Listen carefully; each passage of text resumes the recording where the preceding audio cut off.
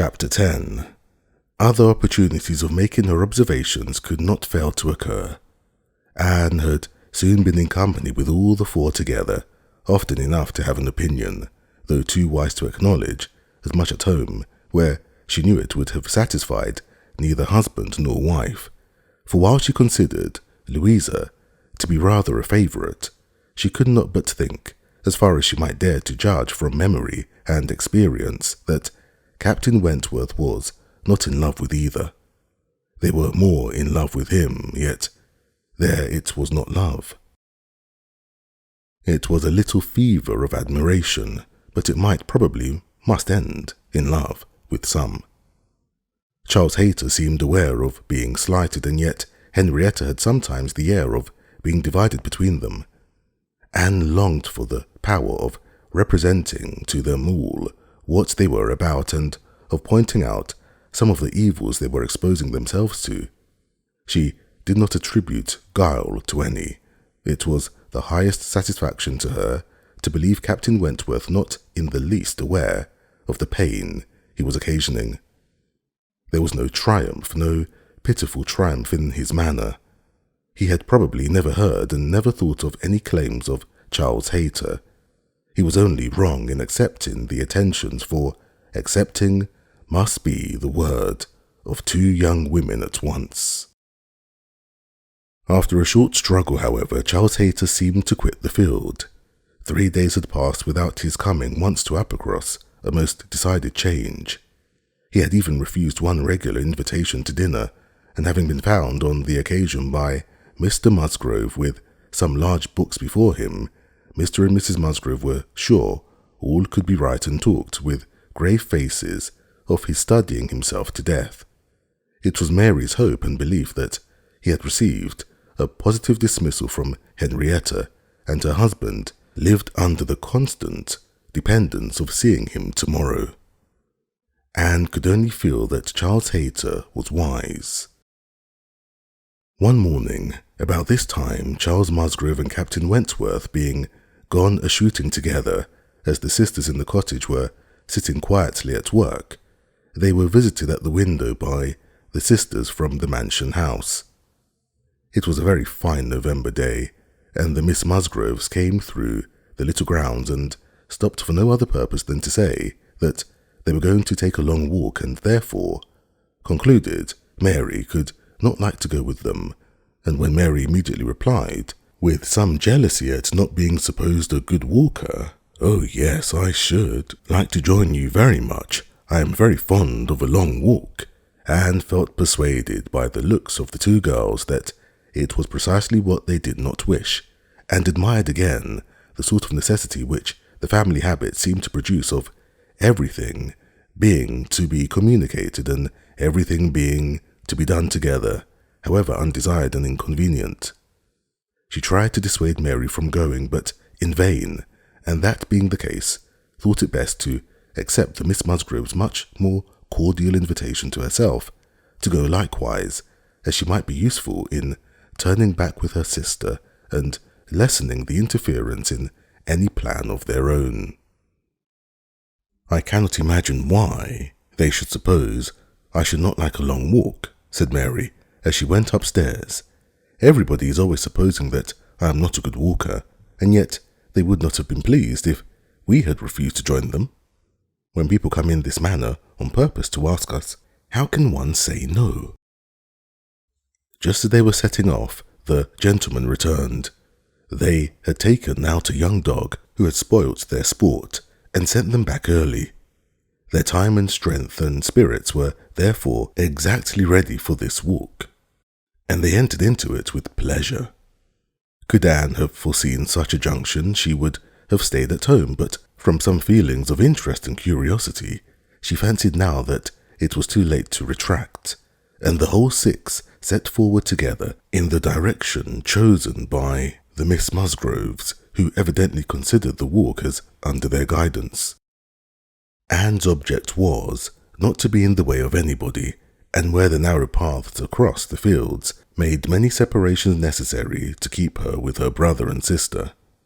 Her pleasure in the walk must arise from the exercise in the day, from the view of the last smiles of the year upon the tawny leaves and withered hedges, and from repeating to herself some few of the 1,000 poetical descriptions extant of autumn, that season of peculiar and inexhaustible influence on the mind of taste and tenderness, that season which had drawn from every poet worthy of being read some attempt at description or some lines of feeling.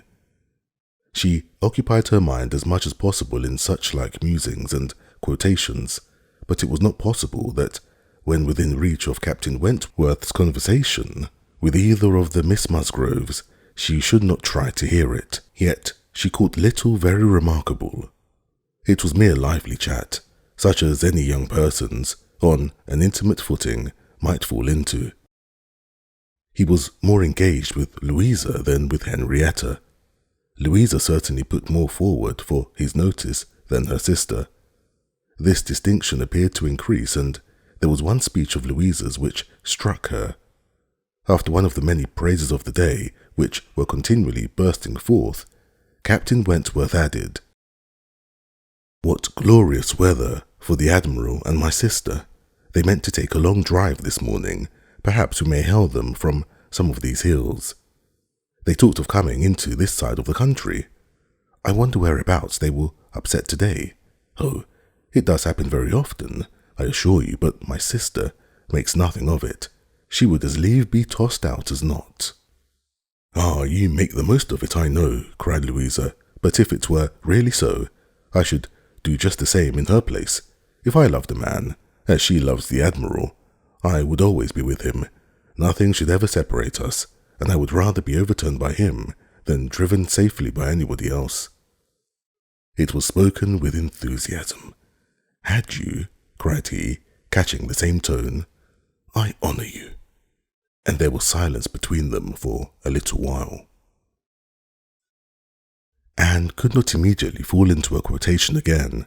The sweet scenes of autumn were, for a while, put by, unless some tender sonnet, fraught with the apt analogy of the declining year, with declining happiness, and the images of youth and hope and spring, all gone together, blessed her memory. She roused herself to say, as they struck by order into another path, "Is not this one of the ways of Winthrop?" But nobody heard, or at least nobody answered her. Winthrop, however, or its environs, for young men are, sometimes, to be met with, strolling about near home, was their destination, and after another half-mile of gradual ascent through large enclosures where the ploughs at work and the fresh-made path spoke the farmer, counteracting the sweets of poetical despondence, and meaning to have spring again, they gained the summit of the most considerable hill, which parted up across and Winthrop, and soon commanded a full view of the latter, at the foot of the hill on the other side. Winthrop, without beauty and without dignity, was stretched before them, an indifferent house, standing low and hemmed in by the barns and buildings of a farmyard. Mary exclaimed, "Bless me, here is Winthrop. I declare I had no idea. Well, now I think we had better turn back. I am excessively tired." Henrietta, conscious and ashamed, and seeing no cousin Charles walking along any path or leaning against any gate, was ready to do as Mary wished. "But no," said Charles Musgrove, and "No, no," cried Louisa more eagerly, and taking her sister aside, seemed to be arguing the matter warmly. Charles, in the meanwhile, was very decidedly declaring his resolution of calling on his aunt, now that he was so near, and very evidently, though more fearfully, trying to induce his wife to go too. But this was one of the points on which the lady showed her strength, and when he recommended the advantage of resting herself a quarter of an hour at Winthrop, as she felt so tired, she resolutely answered, "Oh no, indeed, walking up that hill again would do her more harm than any sitting down could do her good," and in short, her look and manner declared that go she would not. After a little succession of these sort of debates and consultations, it was settled between Charles and his two sisters that he and Henrietta should just run down for a few minutes to see their aunt and cousins, while the rest of the party waited for them at the top of the hill, Louisa seemed the principal arranger of the plan, and as she went a little way with them down the hill, still talking to Henrietta, Mary took the opportunity of looking scornfully around her and saying to Captain Wentworth, "It is very unpleasant having such connections, but I assure you, I have never been in the house above twice in my life." She received no other answer than an artificial, assenting smile, followed by a contemptuous glance as he turned away, which Anne perfectly knew the meaning of. The brow of the hill where they remained was a cheerful spot. Louisa returned, and Mary, finding a comfortable seat for herself on the step of a stile, was very well satisfied so long as the others all stood about her. But when Louisa drew Captain Wentworth away to try for a gleaning of nuts in an adjoining hedgerow, and they were gone by degrees quite out of sight and sound, Mary was happy no longer. She quarrelled with her own seat, was sure Louisa had got a much better somewhere, and nothing could prevent her from going to look for a better also. She turned through the same gate, but could not see them, and found a nice seat for her on a dry sunny bank under the hedgerow, in which she had no doubt of her still being in some spot or other. Mary sat down for a moment, but it would not do. She was sure Louisa had found a better seat somewhere else, and she would go on till she overtook her. Anne, really tired herself, was glad to sit down, and she very soon heard Captain Wentworth and Louisa in the hedgerow behind her, as if making their way back along the rough, wild sort of channel down the centre. They were speaking as they drew near. Louisa's voice was the first distinguished. She seemed to be in the middle of some eager speech. What Anne first heard was, "And so I made her go. I could not bear that she should be frightened from the visit by such nonsense. What?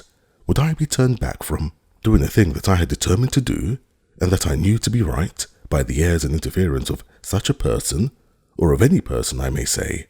No. I have no idea of being so easily persuaded.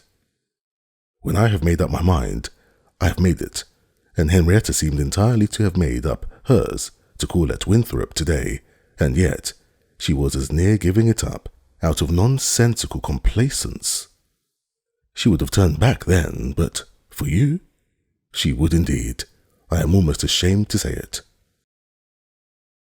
Happy for her to have such a mind as yours at hand. After the hints you just now gave, which did but confirm my own observations. The last time I was in company with him, I need not affect to have no comprehension of what is going on. I see that more than a mere dutiful morning visit to your aunt was in question, and woe betide him, and her too, when it comes to things of consequence, when they are placed in circumstances requiring fortitude and strength of mind, if she not have resolution enough to resist idle interference in such a trifle as this. Your sister is an amiable creature, but yours is the character of decision and firmness, I see. If you value her conduct or happiness, infuse as much of your own spirit into her as you can. But this, no doubt, you have been always doing. It is the worst evil of too yielding and indecisive a character, that no influence over it can be depended on. You are never sure of a good impression being durable. Everybody may sway it. Let those who would be happy be firm. "Here is a nut," he said, catching one down from an upper bough, to exemplify a beautiful glossy nut which, blessed with original strength, has outlived all the storms of autumn. Not a puncture, not a weak spot anywhere. This nut, he continued with playful solemnity, while so many of his brethren have fallen and been trodden underfoot, is still in possession of all the happiness that a hazelnut can be supposed capable of. Then, returning to his former earnest tone, my first wish for all who I am interested in is that they should be firm. If Louisa Musgrove would be beautiful and happy in her November of life, she would cherish all her present powers of mind. He had done, and was unanswered.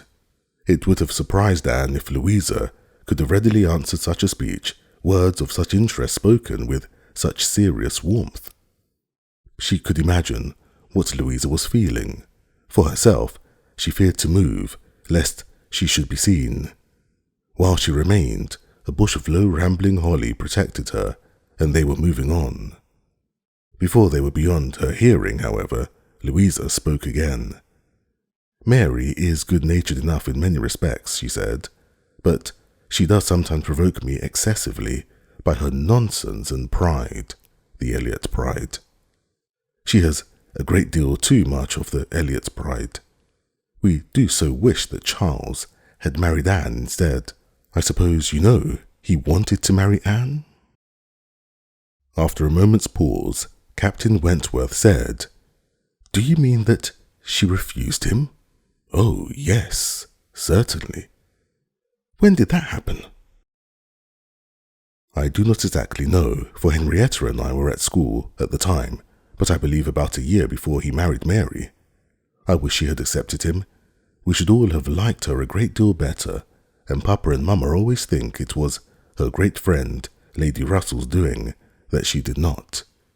They think Charles might not be learned and bookish enough to please Lady Russell, and that therefore she persuaded Anne to refuse him." The sounds were retreating, and Anne distinguished no more. Her own emotion still kept her fixed. She had much to recover from before she could move. The listener's proverbial fate was not absolutely hers.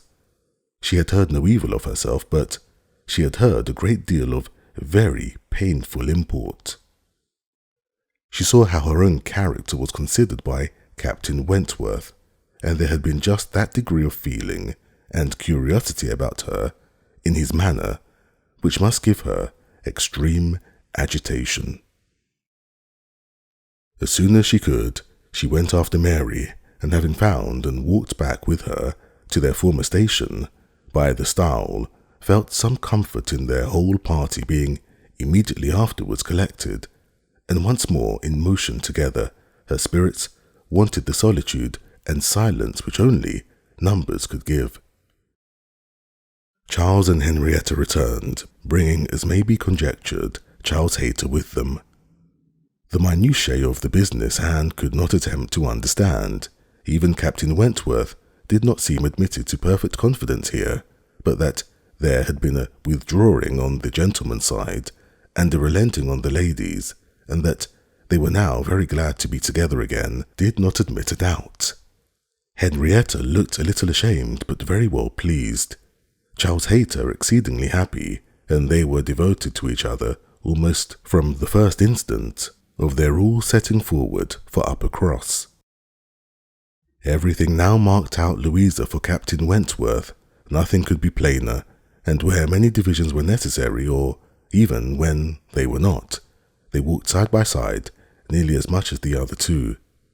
In a long strip of meadowland, where there was ample space for all, they were thus divided, forming three distinct parties, and to that party of the three which boasted least animation and least complacence, Anne necessarily belonged. She joined Charles and Mary and was tired enough to be very glad of Charles's other arm, but Charles, though in very good humour with her, was out of temper with his wife. Mary had shown herself disobliging to him, and was now to reap the consequence, which consequence was his dropping her arm almost every moment to cut off the heads of some nettles in the hedge, and his switch, and when Mary began to complain of it, and lament her being ill-used, according to custom, in being on the hedge side, while Anne was never incommoded on the other, he dropped the arms of both to hunt after a weasel which he had a momentary glance of, and they could hardly get him along at all. This long meadow bordered a lane which their footpath at the end of it was to cross, and when the party had all reached the gates of exit, the carriage advancing in the same direction which had been some time heard, was just coming up, and proved to be Admiral Croft's gig. He and his wife had taken their intended drive, and were returning home. Upon hearing how long a walk the young people had engaged in, they kindly offered a seat to any lady who might be particularly tired. It would save her a full mile, and they were going through Upper Cross. The invitation was general and generally declined. The Miss Musgroves were not at all tired, and Mary was either offended by not being asked before any of the others, or what Louisa called the Elliot pride could not endure to make a third in a one-horse chaise. The walking party had crossed the lane and were surmounting an opposite stile, and the Admiral was putting his horse in motion again when Captain Wentworth cleared the hedge in a moment to say something to his sister. The something might be guessed by its effects. "Miss Elliot, I am sure you are tired," cried Mrs. Croft. "Do let us have the pleasure of taking you home. Here is excellent room for 3. I assure you, if we were all like you, I believe we might sit 4. You must indeed, you must." Anne was still in the lane, and though instinctively beginning to decline, she was not allowed to proceed. The Admiral's kind urgency came in support of his wife's. They would not be refused. They compressed themselves into the smallest possible space to leave her a corner, and Captain Wentworth, without saying a word, turned to her and quietly obliged her to be assisted into the carriage. Yes, he had done it. She was in the carriage and felt that he had placed her there, that his will and his hands had done it, that she owed it to his perception of her fatigue and his resolution to give her rest. She was very much affected by the view of his disposition towards her, which all these things made apparent. This little circumstance seemed the completion of all that had gone before. She understood him. He could not forgive her, but he could not be unfeeling, though condemning her for the past and considering it with high and unjust resentment, though perfectly careless of her, and though becoming attached to another, still, he could not see her suffer without the desire of giving her relief. It was a remainder of former sentiment. It was an impulse of pure, though unacknowledged friendship. It was a proof of his own warm and amiable heart, which she could not contemplate without emotions so compounded of pleasure and pain that she knew not which prevailed. Her answers to the kindness and the remarks of her companions were, at first, unconsciously given. They had travelled half their way along the rough lane before she was quite awake to what they said. She then found them talking of Frederick. "He certainly means to have one or other of those 2 girls, Sophie," said the Admiral, "but there is no saying which. He has been running after them too long enough, one would think, to make up his mind. This comes of the peace. If it were war now, he would have settled it long ago. We sailors, Miss Elliot, cannot afford to make long courtships in time of war. How many days was it, my dear, between the first time of my seeing you and our sitting down together in our lodgings at North Yarmouth?" "We had better not talk about it, my dear," replied Mrs. Croft pleasantly, "for if Miss Elliot were to hear how soon we came to an understanding, she would never be persuaded that we could be happy together. I had known you by character, however, long before. Well, and I had heard of you as a very pretty girl, and what were we to wait for besides? I do not like having such things so long in hand. I wish Frederick would spread a little more canvas and bring us home one of these young ladies to Kellynch.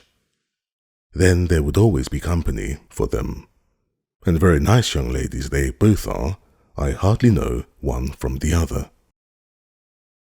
Very good-humoured, unaffected girls indeed," said Mrs. Croft in a tone of calmer praise, such as made Anne suspect that her keener powers might not consider either of them as quite worthy of her brother, and a very respectable family. One could not be connected with better people. My dear Admiral, that post, we shall certainly take that post. But by coolly giving the reins a better direction herself, they happily passed the danger, and by once afterwards judiciously putting out her hand, they neither fell into a rut nor ran foul of a dung cart, and Anne, with some amusement at their style of driving, which she imagined no bad representation of the general guidance of their affairs, found herself safely deposited by them at the cottage. Chapter 11. The time now approached for Lady Russell's return.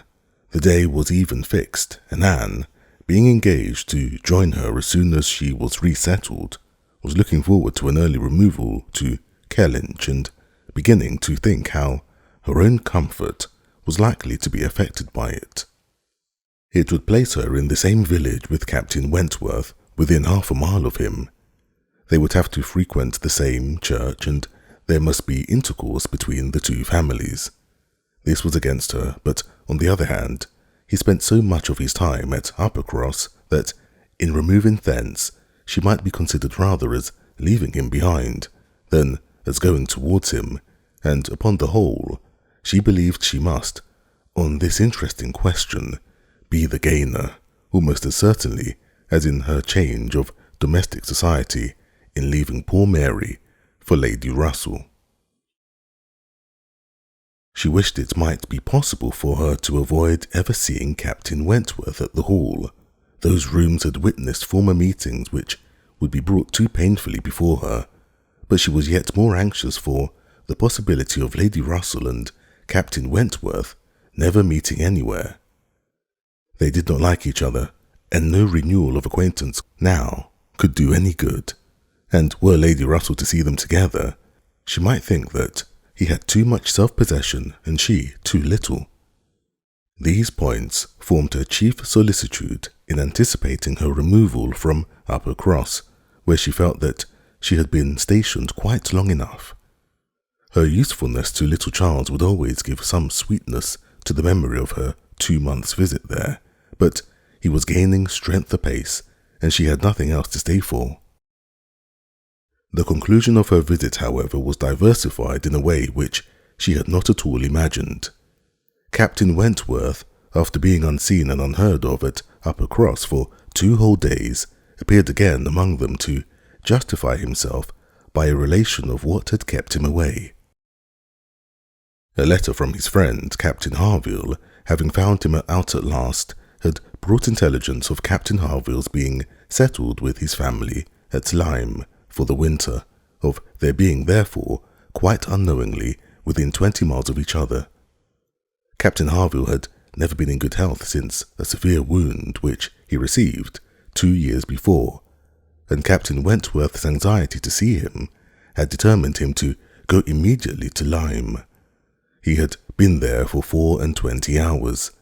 His acquittal was complete, his friendship warmly honoured, a lively interest excited for his friend, and his description of the fine country about Lyme so feelingly attended to by the party that an earnest desire to see Lyme themselves, and the project for going thither, was a consequence.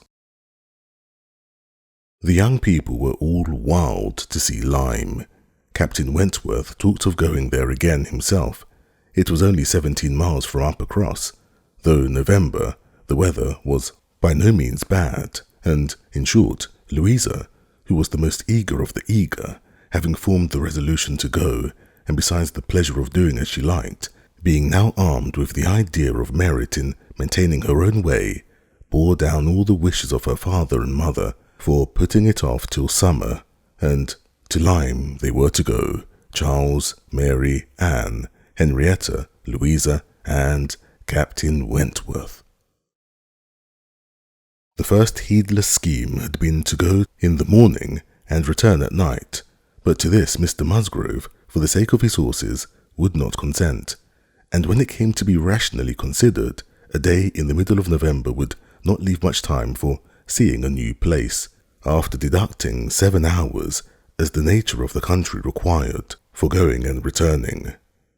They were consequently to stay there overnight, and not to be expected back till the next day's dinner. This was felt to be a considerable amendment, and though they all met at the great house at rather an early breakfast hour, and they set off very punctually, it was so much past noon before the 2 carriages, Mr. Musgrove's coach containing the 4 ladies and Charles's curricle, in which he drove Captain Wentworth, were descending the long hill into Lyme and entering upon the still deeper street of the town itself, that it was very evident they would not have time for looking about them before the light and warmth of the day were gone. After securing accommodations and ordering a dinner at one of the inns, the next thing to be done was unquestionably to walk directly down to the sea.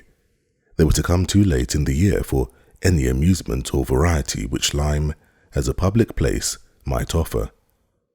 The rooms were shut up, the lodgers almost all gone, scarcely any family but of the residents left, and as there is nothing to admire in the buildings themselves, the remarkable situation of the town, the principal street almost hurrying into the water, the walk to the Cobb, skirting round the pleasant little bay, which, in the season, is animated with bathing machines and company, the Cobb itself, its old wonders and new improvements, with the very beautiful line of cliffs stretching out to the east of the town, are what the stranger's eye will seek, and a very strange stranger it must be who does not see charms in the immediate environs of Lyme to make him wish to know it better.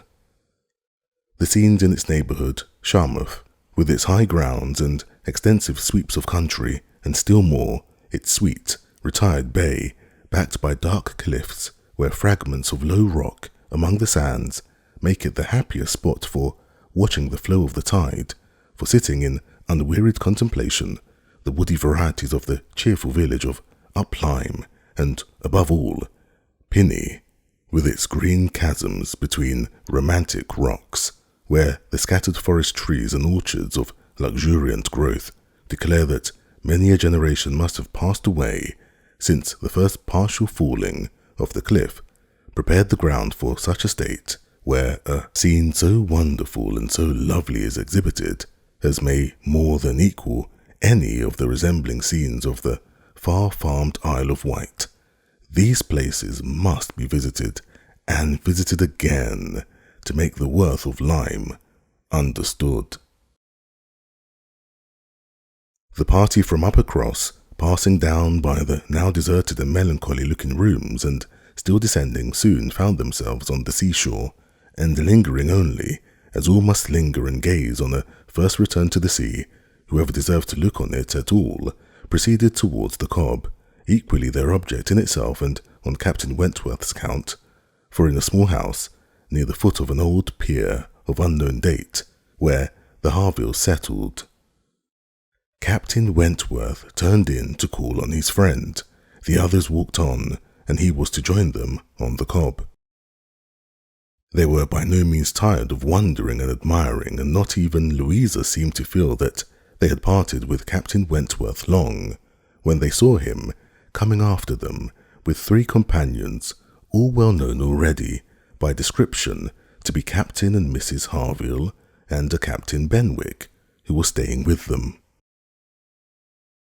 Captain Benwick had some time ago been first lieutenant of the Laconia, and the account which Captain Wentworth had given of him on his return from Lyme before, his warm praise of him as an excellent young man and an officer whom he had always highly valued, which must have stamped him well in the esteem of every listener, had been followed by a little history of his private life, which rendered him perfectly interesting in the eyes of all the ladies. He had been engaged to Captain Harville's sister, and was now mourning her loss. They had been a year or 2 waiting for fortune and promotion. Fortune came, his prize money as lieutenant being great. Promotion, too, came at last, but Fanny Harville did not live to know it. She had died the preceding summer, while he was at sea. Captain Wentworth believed it impossible for man to be more attached to a woman than poor Benwick had been to Fanny Harville, or to be more deeply afflicted under the dreadful change. He considered his disposition as the sort which must suffer heavily, uniting very strong feelings with quiet, serious and retiring manners, and a decided taste for reading and sedentary pursuits. To finish the interest of the story, the friendship between him and the Harvilles seemed, if possible, augmented by the event which closed all their views of alliance, and Captain Benwick was now living with them entirely. Captain Harville had taken his present house for half a year, his taste and his health and his fortune all directing him to a residence inexpensive and by the sea, and the grandeur of the country and the retirement of Lyme in the winter appeared exactly adapted to Captain Benwick's state of mind. The sympathy and goodwill excited towards Captain Benwick was very great. And yet, said Anne to herself, as they now moved forward to meet the party, he has not, perhaps, a more sorrowing heart than I have. I cannot believe his prospects so blighted forever. He is younger than I am, younger in feeling, if not in fact, younger as a man. He will rally again and be happy with another. They all met and were introduced. Captain Harville was a tall, dark man with a sensible, benevolent countenance, a little lame and from strong features and want of health, looking much older than Captain Wentworth. Captain Benwick looked and was the youngest of the three, and compared with either of them, a little man. He had a pleasing face and a melancholy air, just as he ought to have, and drew back from conversation. Captain Harville, though not equalling Captain Wentworth in manners, was a perfect gentleman, unaffected, warm, and obliging. Mrs. Harville, a degree less polished than her husband, seemed, however, to have the same good feelings, and nothing could be more pleasant than their desire of considering the whole party as friends of their own, because the friends of Captain Wentworth are more kindly hospitable than their entreaties for their all promising to dine with them. The dinner, already ordered at the inn, was at last, though unwillingly, accepted as an excuse, but they seemed almost hurt that Captain Wentworth should have brought any such party to Lyme without considering it a thing of course that they should dine with them. There was so much attachment to Captain Wentworth in all this, and such a bewitching charm in the degree of hospitality so uncommon, so unlike the usual style of give-and-take invitations and dinners of formality and display, that Anne felt her spirits not likely to be benefited by an increasing acquaintance among his brother officers.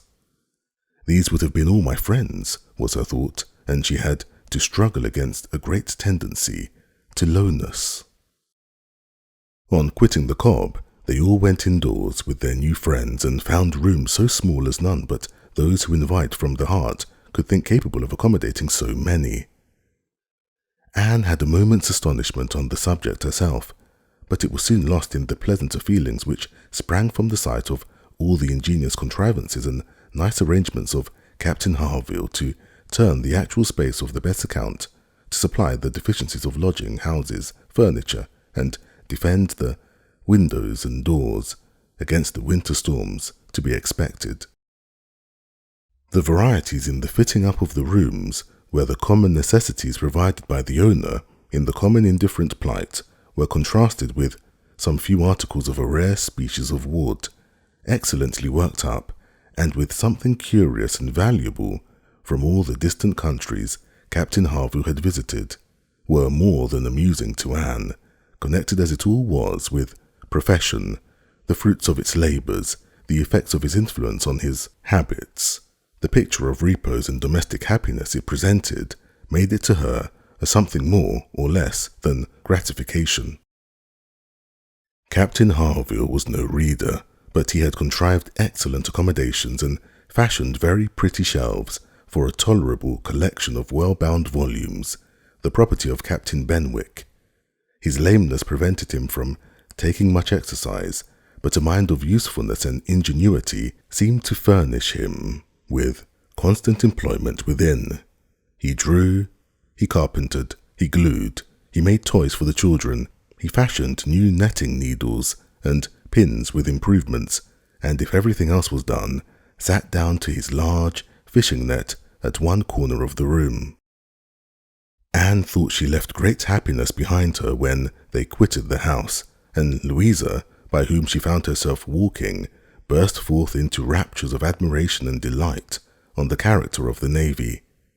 their friendliness, their brotherliness, their openness, their uprightness, protesting that she was convinced of sailors having more worth and warmth than any other set of men in England, that they only knew how to live, and they only deserved to be respected and loved.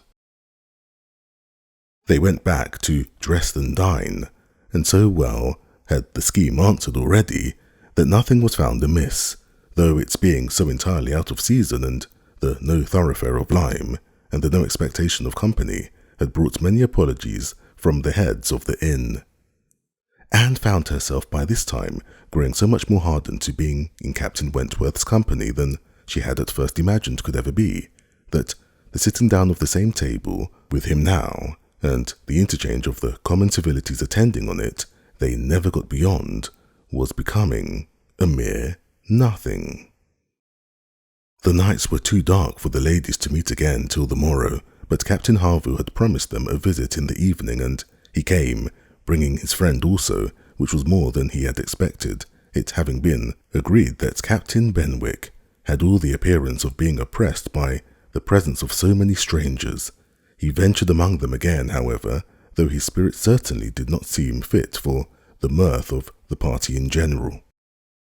While Captains Wentworth and Harville led the talk on one side of the room, and by recurring to former days, supplied anecdotes in abundance to occupy and entertain the others, it fell to Anne's lot to be placed rather apart with Captain Benwick, and a very good impulse of her nature obliged her to begin an acquaintance with him.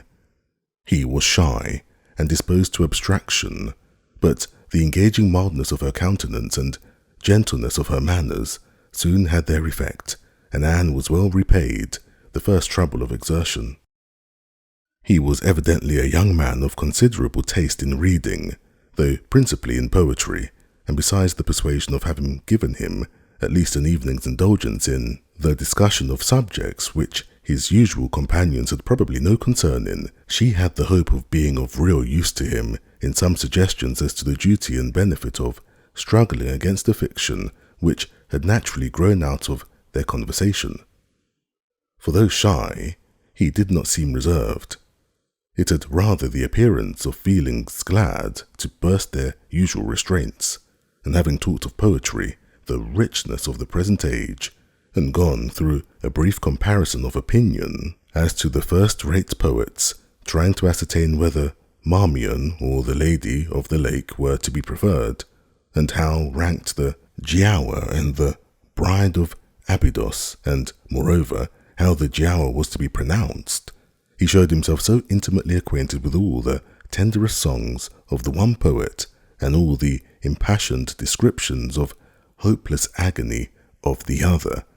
He repeated, with such tremulous feeling, the various lines which imagined a broken heart or a mind destroyed by wretchedness, and looked so entirely as if he meant to be understood, that she ventured to hope he did not always read only poetry, and to say that she thought it was the misfortune of poetry to be seldom safely enjoyed by those who enjoyed it completely, and that the strong feelings which alone could estimate it truly were the very feelings which ought to taste it, but sparingly.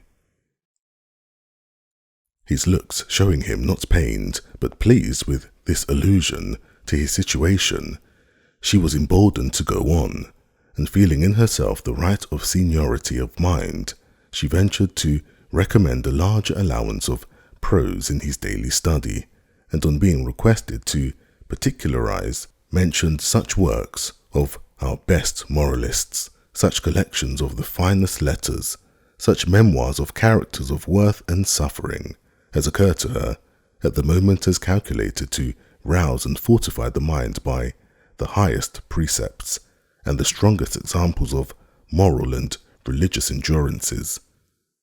Captain Benwick listened attentively and seemed grateful for the interest implied, and though with a shake of the head and sighs which declared his little faith in the efficacy of any books on grief like his, noted down the names of those she recommended, and promised to procure and read them.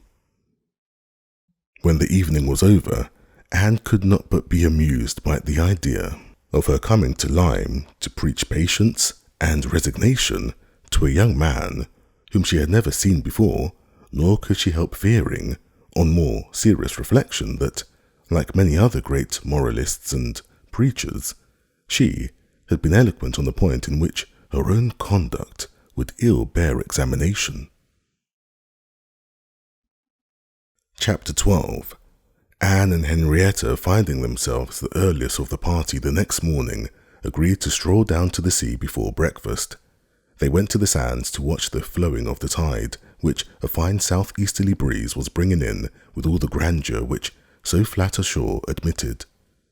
They praised the morning, gloried in the sea, sympathized in the delight of the fresh-feeling breeze, and were silent, till Henrietta suddenly began again with, "Oh, yes, I am quite convinced that, with very few exceptions, the sea air always does good. There can be no doubt of its having been of the greatest service to Dr. Shirley after his illness last spring 12-month. He declared himself that coming to Lyme for a month did him more good than all the medicine he took, and that being by the sea always makes him feel young again. Now I cannot help thinking it a pity that he does not live entirely by the sea. I do think he had better leave Uppercross entirely and fix at Lyme. Do you not, Anne? Do you not agree with me that it is the best thing he could do, both for himself and Miss Shirley? She has cousins here, you know, and many acquaintance, which would make it cheerful for her, and I am sure she would be glad to get a place where she could have medical attendance at hand, in case of his having another seizure. Indeed, I think it quite melancholy to have such excellent people as Dr. and Mrs. Shirley, who have done good all their lives, wearing out their last days in a place like Uppercross where, excepting our family, they seem shut out from all the world. I wish his friends would propose it to him. I really think they ought, and as to procuring a dispensation, there could be no difficulty at his time of life, and with his character.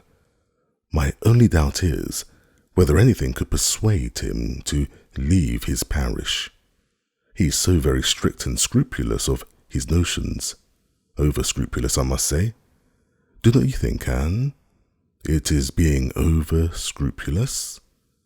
Do not you think it is quite a mistaken point of conscience when a clergyman sacrifices his health for the sake of his duties, which may be as just well performed by another person? And at Lyme, too, only 17 miles off, he would be near enough to hear if people thought there was anything to complain of. Anne smiled more than once to herself during this speech, and entered into the subject as ready to do good by entering into the feelings of a young lady as of a young man, though here it was a good lower standard, for what could be offered but general acquiescence? She said all that was reasonable and proper on the business, felt the claims of Dr. Shirley to repose as she ought, saw how very desirable it was that he should have some active, respectable young man as a resident curate, and was even courteous enough to hint at the advantage of such resident curates being married. "I wish," said Henrietta, very well pleased with her companion, "I wish Lady Russell lived at Uppercross and were intimate with Dr. Shirley. I have always heard of Lady Russell as a woman of the greatest influence with everybody. I always look upon her as able to persuade a person to anything. I am afraid of her, as I have told you before, quite afraid of her because she is so very clever, but I respect her amazingly and wish we had such a neighbour at Uppercross." Anne was amused by Henrietta's manner of being grateful, and amused also that the course of events and the new interests of Henrietta's views should have placed her friend at all in favour with any of the Musgrove family. She had only time, however, for a general answer, and a wish that such another woman were at Uppercross, before all subjects suddenly ceased, and on seeing Louisa and Captain Wentworth coming towards them. They came also for a stroll till breakfast was likely to be ready, but Louisa, recollecting immediately afterwards that she had something to procure at a shop, invited them all to go back with her into the town. They were all at her disposal. When they came to the steps leading upwards from the beach, a gentleman, at the same moment preparing to come down, politely drew back and stopped to give them way. They ascended and passed him, and as they passed, Anne's face caught his eye, and he looked at her with a degree of earnest admiration which he could not be insensible of. She was looking remarkably well, her very regular, very pretty features having the bloom and freshness of youth, restored by the fine wind which had been blowing on her complexion, and by the animation of eye which it had also produced. It was evident that the gentleman, completely a gentleman in manner, admired her exceedingly. Captain Wentworth looked round at her instantly in a way which showed his noticing of it. He gave her a momentary glance, a glance of brightness which seemed to say, "That man is stuck with you, and even I, at this moment, see something like Anne Elliot again." After attending Louisa through her business and loitering about a little longer, they returned to the inn, and Anne, in passing afterwards quickly from her own chamber to their dining room, had nearly run against the very same gentleman as he came out of an adjoining apartment. She had before conjectured him to be a stranger like themselves, and determined that a well-looking groom, who was strolling about near the two inns as they came back, should be his servant. Both master and man, being in mourning, assisted the idea. It was now proved that he belonged to the same inn as themselves, and this second meeting, short as it was, also proved again by the gentleman's looks that he thought hers very lovely, and by the readiness and propriety of his apologies that he was a man of exceedingly good manners. He seemed about 30, and though not handsome, had an agreeable person. Anne felt that she should like to know who he was. They had nearly done breakfast when the sound of a carriage, almost the first they had heard since entering Lyme, drew half the party to the window. It was a gentleman's carriage, a curricle, but only coming round from the stable-yard to the front door. Somebody must be going away. It was driven by a servant in mourning. The word curricle made Charles Musgrove jump up that he might compare it with his own.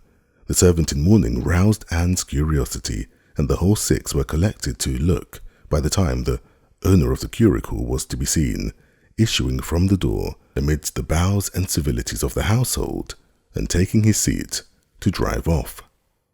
"Ah," cried Captain Wentworth instantly, and with half a glance at Anne, "it is the very man we passed." The Miss Musgroves agreed to it, and having all kindly watched him as far up the hill as they could, they returned to the breakfast table. The waiter came into the room soon afterwards. "Pray," said Captain Wentworth immediately, "can you tell us the name of the gentleman who is just gone away?" "Yes, sir, Mr. Elliot, a gentleman of large fortune, came in last night from Sidmouth. Dare say you heard the carriage, sir, while you were at dinner, and going on now for Crewkherne, in his way to Bath and London." Elliot! Many had looked on each other, and many had repeated the name before all this had been got through, even by the smart rapidity of a waiter.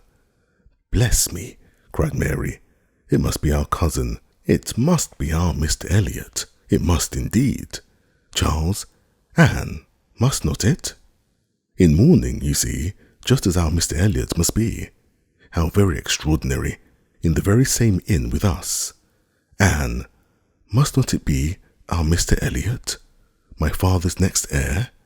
Pray, sir," turning to our waiter, "did not you hear? Did not his servant say whether he belonged to the Kellynch family?" "No, ma'am, he did not mention no particular family, but he said his master was a very rich gentleman, and would be a baronet some day." "There, you see," cried Mary in an ecstasy. "Just as I said, heir to Sir Walter Elliot. I was sure that would come out, if it was so. Depend upon it, that is a circumstance which his servants take care to publish, wherever he goes.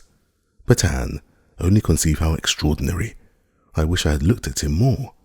I wish we had been aware, in time, who it was, that he might have been introduced to us.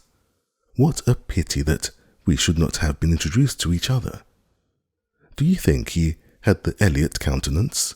I hardly looked at him. I was looking at the horses, but I think he had something of the Elliot countenance. I wonder the arms did not strike me. Oh, the great coat was hanging over the panel and hid the arms, so it did, otherwise, I am sure, I should have observed them, and the livery too. If the servant had not been in mourning, one should have known him by the livery. Putting all these very extraordinary circumstances together, said Captain Wentworth, we must consider it to be the arrangement of Providence that you should not be introduced to your cousin.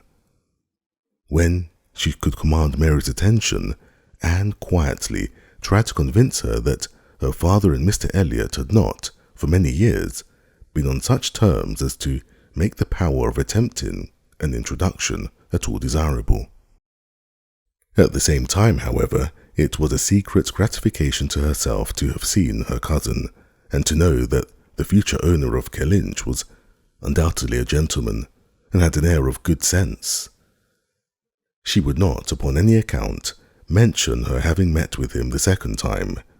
Luckily, Mary did not much attend to their having passed close by him in their earlier walk, but she would have felt quite ill-used by Anne's having actually run against him in the passage, and received his very polite excuses, while she had never been near him at all. No, that cousinly little interview must remain a perfect secret.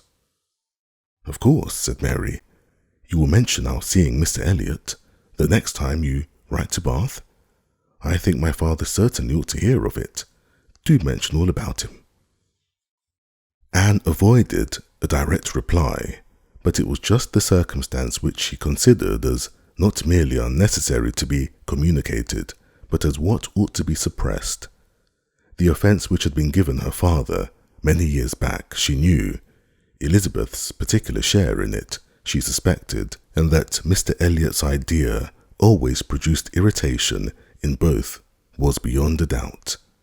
Mary never wrote to Bath herself. All the toil of keeping up a slow and unsatisfactory correspondence with Elizabeth fell on Anne.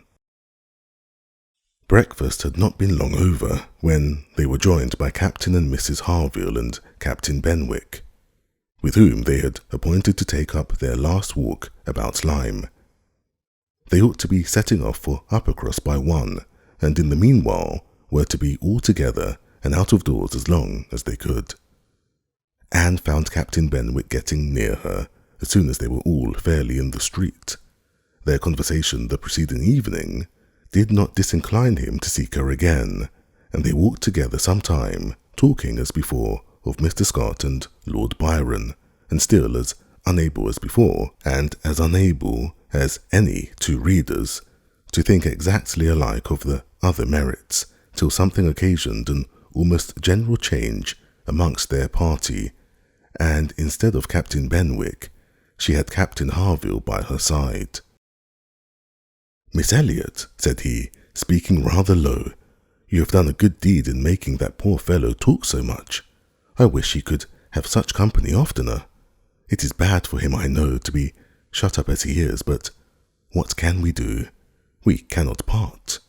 "No," said Anne, "that I can easily believe to be impossible, but in time, perhaps. We know what time does in every case of affliction, and you must remember, Captain Harville, that your friend may yet be called a young mourner. Only last summer, I understand." "Hey, true enough," with a deep sigh, "only June." "And not known to him, perhaps, so soon?"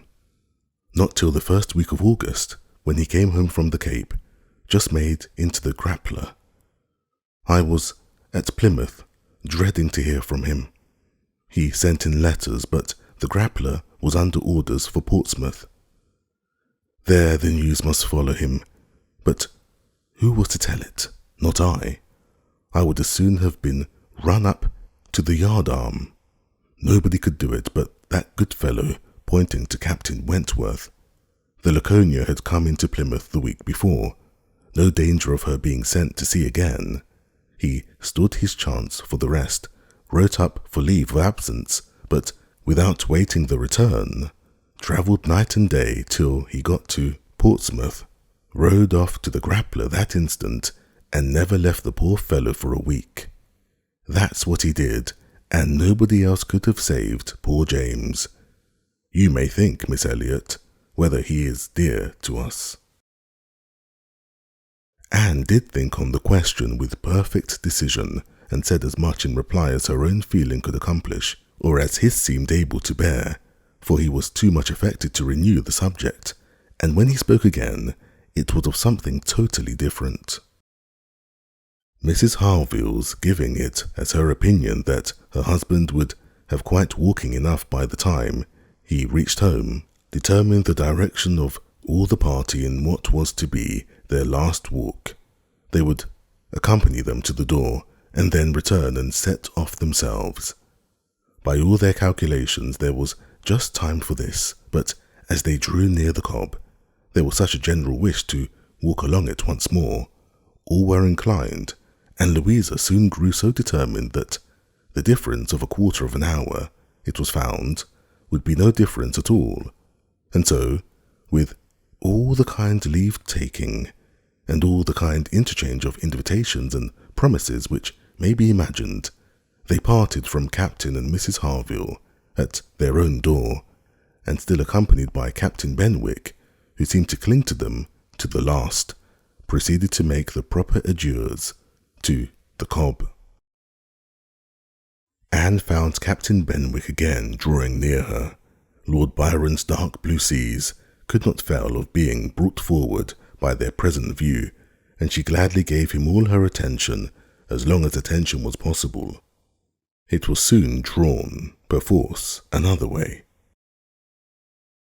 There was too much wind to make the high part of the new cob pleasant for the ladies, and they agreed to get down the steps to the lower, and all were contented to pass quietly and carefully down the steep flight, excepting Louisa.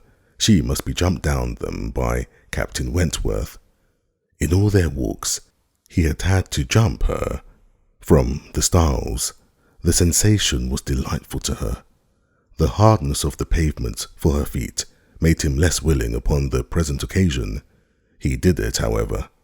She was safely down, and instantly, to show her enjoyment, ran up the stairs to be jumped down again.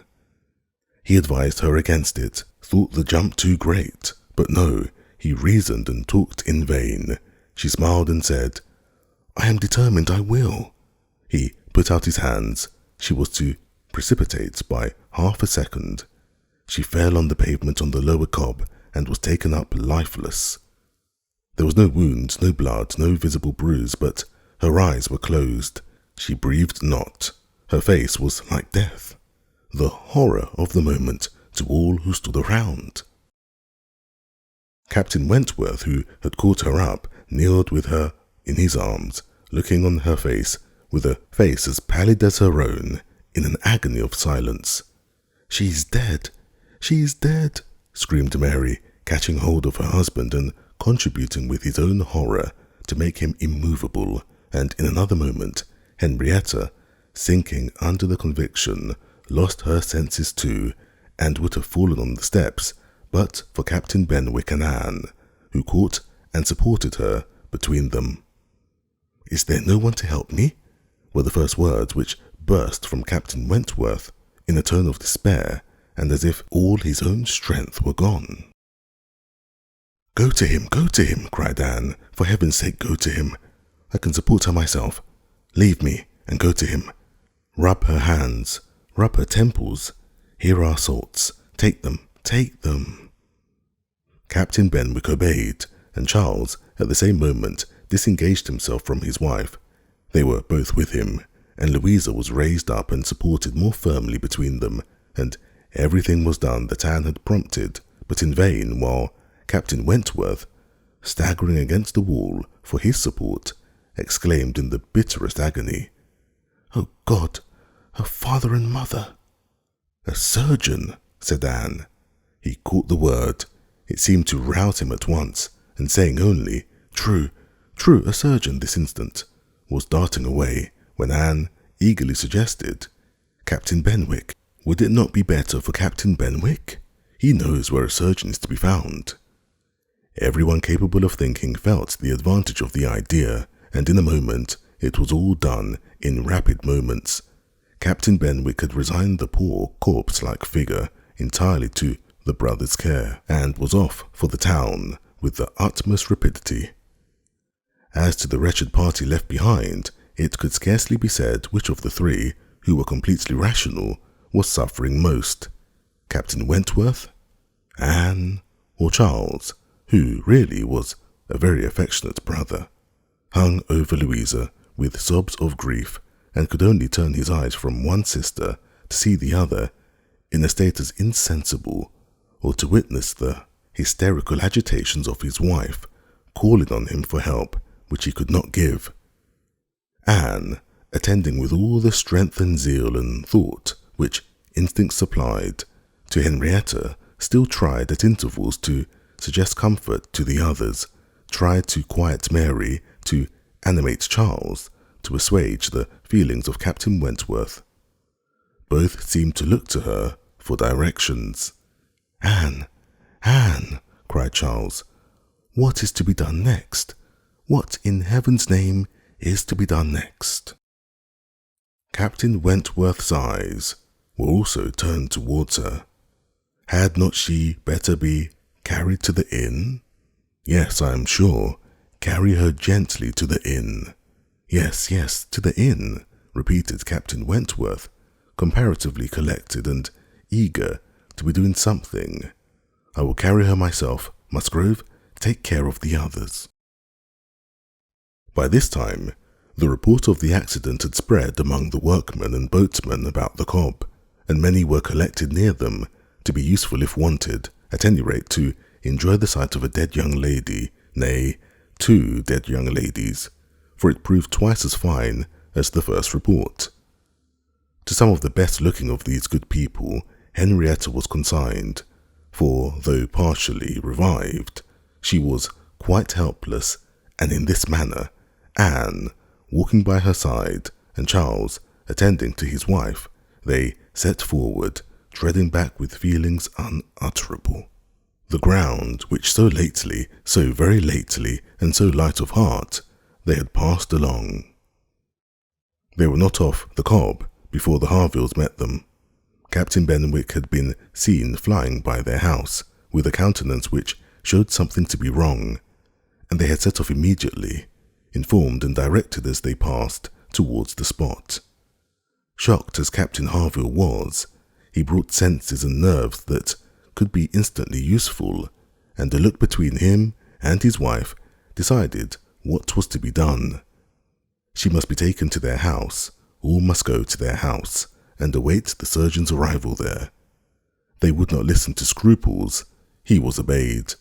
They were all beneath his roof, and while Louisa, under Mrs. Harville's direction, was conveyed upstairs and given possession of her own bed, assistance, cordials, restoratives were supplied by her husband to all who needed them.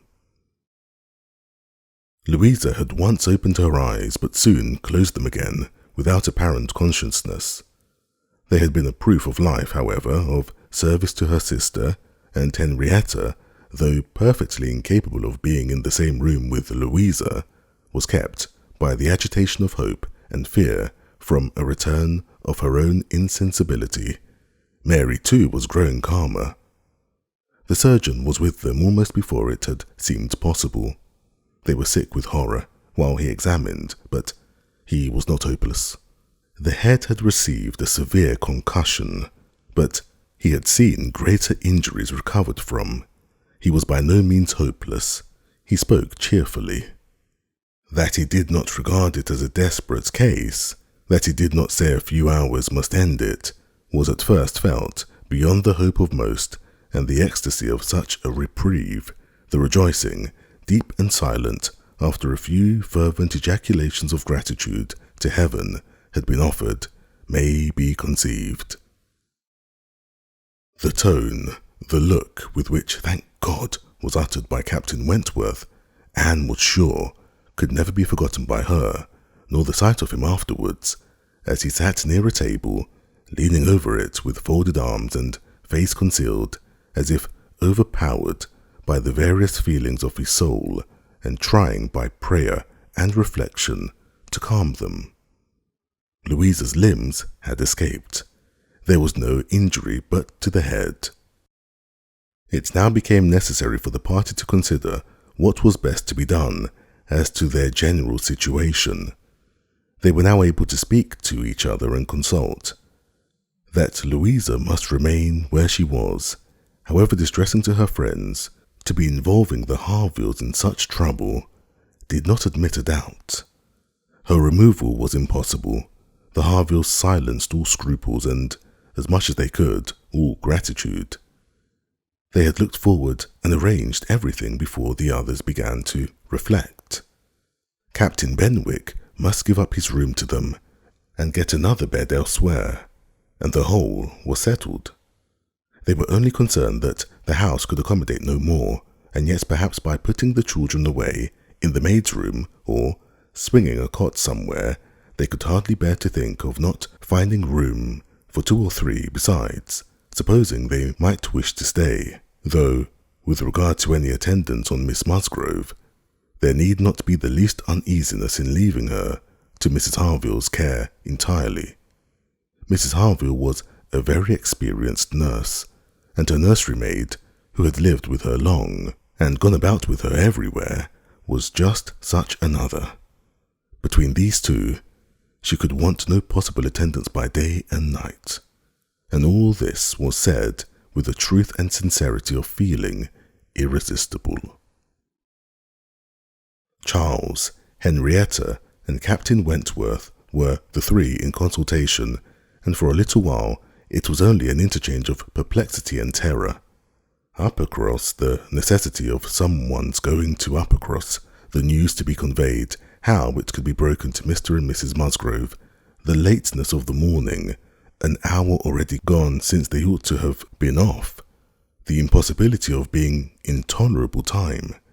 At first they were capable of nothing more to the purpose than such exclamations, but after a while, Captain Wentworth, exerting himself, said, "We must be decided, and without the loss of another minute. Every minute is valuable. Someone must resolve on being off for Uppercross instantly. Musgrove, either you or I must go." Charles agreed, but declared his resolution of not going away. He would be as little encumbrance as possible to Captain and Mrs. Harville, but as to leaving his sister in such a state, he neither ought nor would. So far, it was decided, and Henrietta at first declared the same. She, however, was soon persuaded to think differently. The usefulness of her staying. She, who had not been able to remain in Louisa's room, or to look at her, without sufferings which made her worse than helpless. She was forced to acknowledge that she could do no good, yet was still unwilling to be away, till, touched by the thought of her father and mother, she gave it up. She consented. She was anxious to be at home. The plan had reached this point when Anne, coming quietly down from Louisa's room, could not but hear what followed. For the parlour door was open. "Then it is settled, Musgrove," cried Captain Wentworth, "that you stay, and that I take care of your sister home. But as to the rest, as to the others, if one stays to assist Mrs. Harville, I think it need be only one. Mrs. Charles Musgrove will, of course, wish to get back to her children, but if Anne will stay, no one so proper, so capable as Anne." She paused a moment to recover from the emotion of hearing herself so spoken of. The other 2 warmly agreed with what he said, and she then appeared. "You will stay, I'm sure. You will stay and nurse her," cried he, turning to her and speaking with a glow and yet a gentleness which seemed almost restoring the past. She coloured deeply, and he recollected himself and moved away. She expressed herself most willing, ready, happy to remain. It was what she had been thinking of and wishing to be allowed to do. A bed on the floor in Louisa's room would be sufficient for her, if Mrs. Harville would but think so.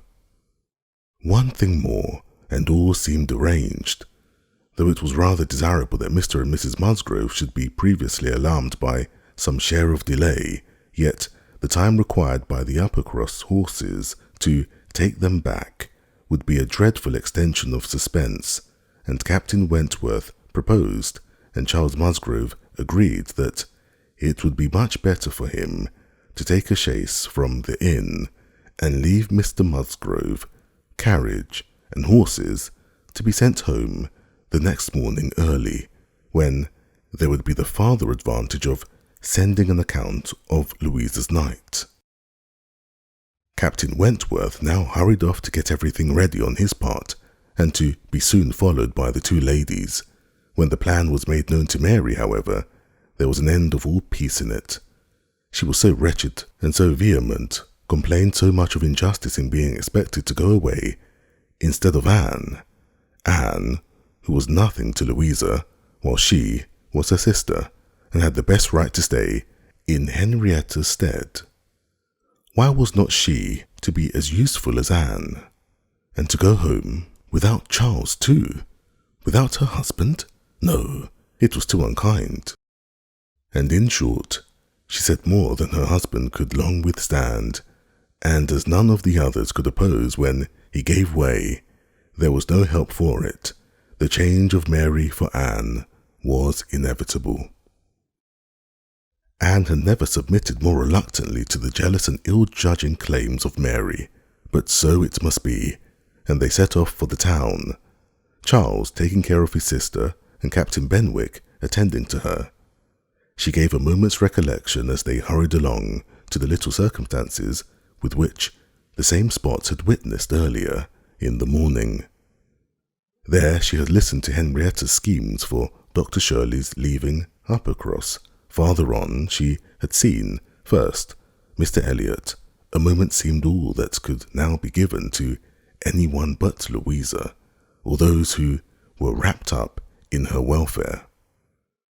Captain Benwick was most considerately attentive to her, and, united as they all seemed by the distress of the day, she felt an increasing degree of goodwill towards him, and a pleasure even in thinking that it might, perhaps, be the occasion of continuing their acquaintance.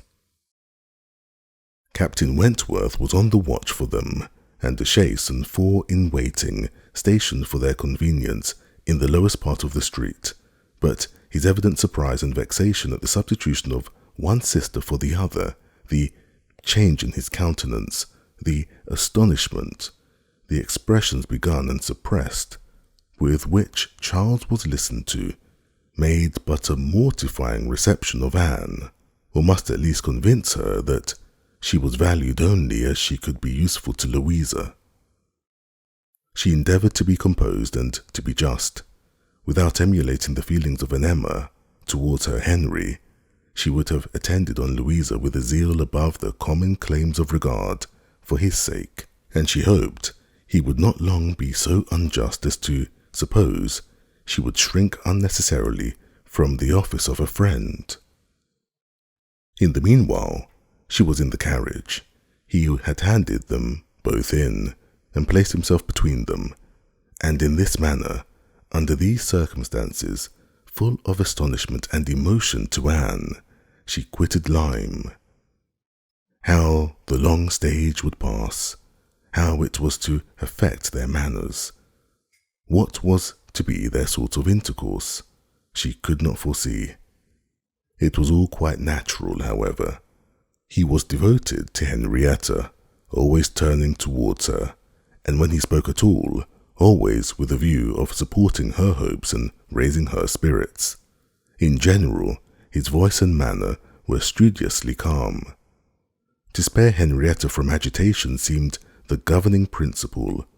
Once only, when she had been grieving over the last ill-judged, ill-fated walk to the cob, bitterly lamenting that it ever had been thought of, he burst forth, as if wholly overcome. "Don't talk of it, don't talk of it," he cried. "Oh God, that I had not given way to her at the fatal moment. Had I done as I ought, but so eager and so resolute, dear sweet Louisa."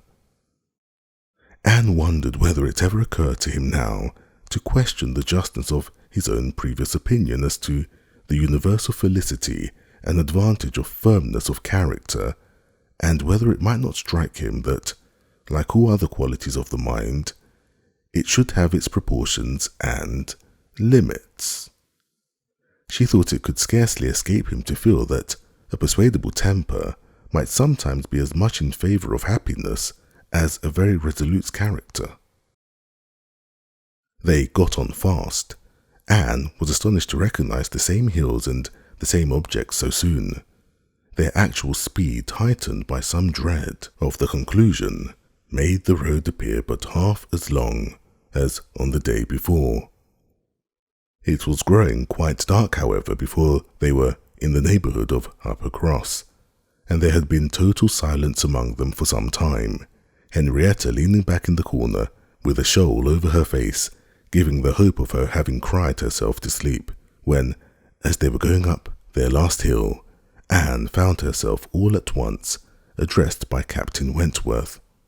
In a low, cautious voice, he said, "I have been considering what we had best do. She must not appear at first. She could not stand it.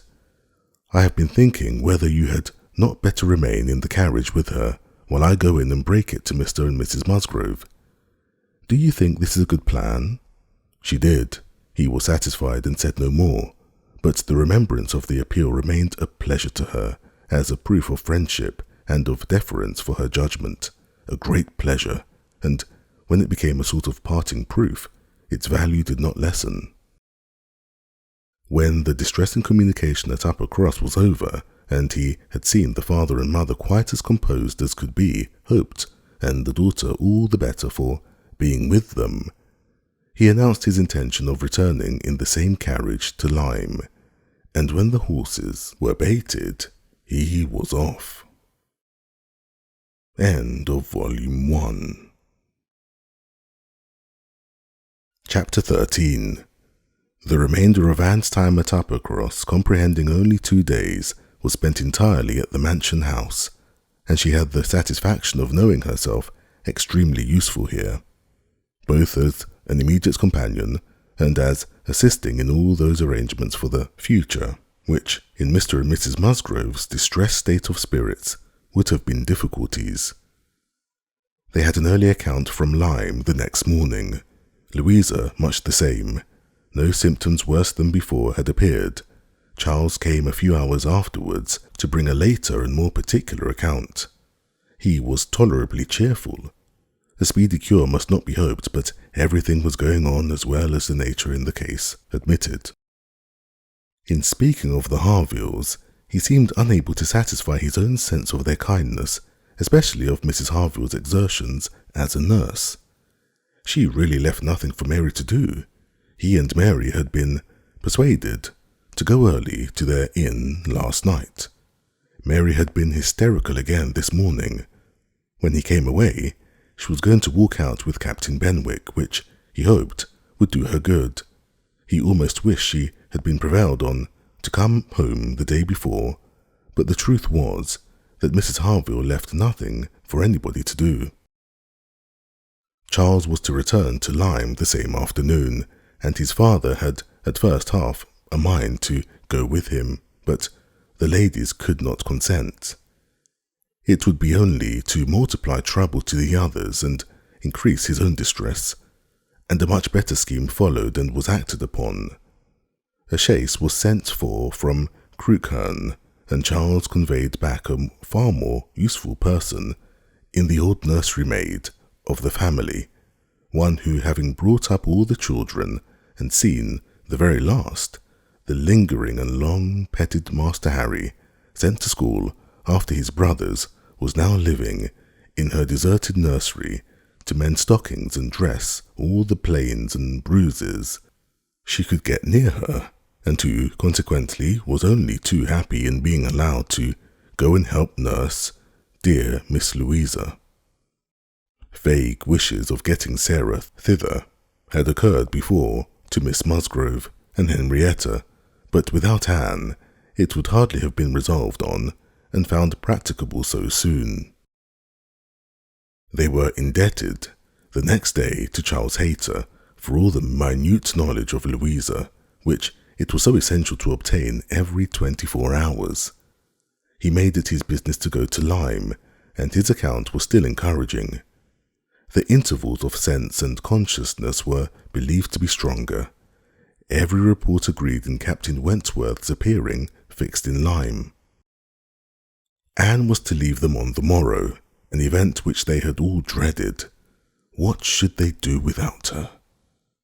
They were wretched comforters for one another, and so much was said in this way that Anne thought she could do no better than impart among them the general inclination to which she was privy, and persuaded them all to go to Lyme at once. She had little difficulty. It was soon determined that they would go tomorrow, fix themselves at the inn, or get into lodgings as it suited, and there remain till dear Louisa could be moved. They must be taking off some trouble from the good people she was with. They might at least relieve Mrs. Harville from the care of her own children, and in short, they were so happy in the decision that Anne was delighted with what she had done, and felt that she could not spend her last morning at Uppercross better than in assisting their preparations and sending them off at an early hour, though her being left to the solitary range of the house was the consequence. She was the last, excepting the little boys at the cottage. She was the very last, the only remaining one of all that had filled and animated both houses, of all that had given Uppercross its cheerful character. A few days had made a change indeed. If Louisa recovered, it would be all well again. More than former happiness would be restored. There could not be a doubt, to her mind there was none, of what would follow her recovery. A few months hence, and the room, now so deserted, occupied but by her silent, pensive self, might be filled again with all that was happy and gay, all that was glowing and bright in prosperous love, all that was most unlike Anne Elliot. An hour's complete leisure for such reflections as these, on a dark November day, a small thick rain almost blotting out the very few objects ever to be discerned from the windows, was enough to make the sound of Lady Russell's carriage exceedingly welcome, and yet, though desirous to be gone, she could not quit the mansion house or look an adieu to the cottage with its black, dripping, and comfortless veranda, or even notice through the misty glasses the last humble tenements of the village without a saddened heart. Scenes had passed in Uppercross which made it precious. It stood the record of many sensations of pain, once severe, but now softened, and of some instances of relenting feeling, some breathings of friendship and reconciliation, which could never be looked for again, and which could never cease to be dear. She left it all behind her, all but the recollection that such things had been. Anne had never entered Kellynch since her quitting Lady Russell's house in September. It had not been necessary, and the few occasions of its being possible for her to go to the hall she had contrived to evade and escape from. Her first return was to resume her place in the modern and elegant apartments of the lodge, and to gladden the eyes of its mistress. There was some anxiety mixed with Lady Russell's joy in her meeting her. She knew who had been frequenting Uppercross, but happily either Anne was improved in plumpness and looks, or Lady Russell fancied her so, and Anne, in receiving her compliments on the occasion, had the amusement of connecting them with the silent admiration of her cousin, and of hoping that she was to be blessed with a second spring of youth and beauty. When they came to converse, she was soon sensible of some mental change, the subjects of which her heart had been full on leaving Kellynch, and which she felt slighted, and been compelled to smother among the Musgroves, were now become but of secondary interest. She had lately lost sight even of her father and sister in Bath. Their concerns had been sunk under those of Uppercross, and when Lady Russell reverted to their former hopes and fears, and spoke her satisfaction in the house of Camden Place, which had been taken, and her regret that Mrs. Clay should still be with them, Anne would have been ashamed to have it known how much more she was thinking of Lyme and Louisa Musgrove and all her acquaintance there, how much more interesting to her was the home and the friendship of the Harvilles and Captain Benwick than her own father's house in Camden Place, or her own sister's intimacy with Mrs. Clay. She was actually forced to exert herself to meet Lady Russell with anything like the appearance of equal solicitude on topics which had by nature the first claim on her. There was a little awkwardness at first in their discourse on another subject. They must speak of the accident at Lyme. Lady Russell had not been arrived 5 minutes a day before, when a full account of the whole had burst on her, but still it must be talked of. She must make inquiries, she must regret the imprudence, lament the result, and Captain Wentworth's name must be mentioned by both. Anne was conscious of not doing it so well as Lady Russell. She could not speak the name and look straight forward to Lady Russell's eye, till she had adopted the expedient of telling her briefly what she thought of the attachment between him and Louisa. When this was told, his name distressed her no longer. Lady Russell had only to listen composedly and wish them happy, but internally her heart revelled in angry pleasure, in pleased contempt that the man who, at 23, had seemed to understand somewhat of the value of an Anne Elliot, should 8 years afterwards be charmed by a Louisa Musgrove. The first 3 or 4 days passed most quietly, with no circumstance to mark them except in the receipt of a note or two from Lyme, which found their way to Anne, she could not tell how, and brought a rather improving account of Louisa. At the end of that period, Lady Russell's politeness could no longer repose, and the fainter self-threatenings of the past became, in a decided tone, "I must call on Mrs. Croft. I really must call upon her soon. Anne, have you courage to go with me and pay a visit in that house? It will be some trial to both of us." Anne did not shrink from it. On the contrary, she truly felt as she said, in observing, "I think you are very likely to suffer the most of the two. Your feelings are less reconciled to the change than mine. By remaining in the neighbourhood, I am becoming inured to it." She could have said more on the subject, for she had in fact so high an opinion of the Crofts, and considered her father so very fortunate in his tenants, felt the parish to be so sure of a good example, and the poor of the best attention and relief, that, however sorry and ashamed for the necessity of the removal, she could not but in conscience feel that they were gone who deserved not to stay, and that Kellynch Hall had passed into better hands than its owners. These convictions must unquestionably have their own pain, and severe was its kind, but they precluded that pain which Lady Russell would suffer in entering the house again and returning through the well-known apartments. In such moments, Anne had no power of saying to herself, "These rooms ought to belong only to us. Oh, how fallen in their destination, how unworthily occupied. An ancient family to be so driven away, strangers filling their place. No, except when she thought of her mother, and remembered where she had been used to sitting and presiding, she had no sigh of that description to heave. Mrs. Croft always met her with a kindness which gave her the pleasure of fancying herself a favourite, and on the present occasion, receiving her in that house, there was a particular attention.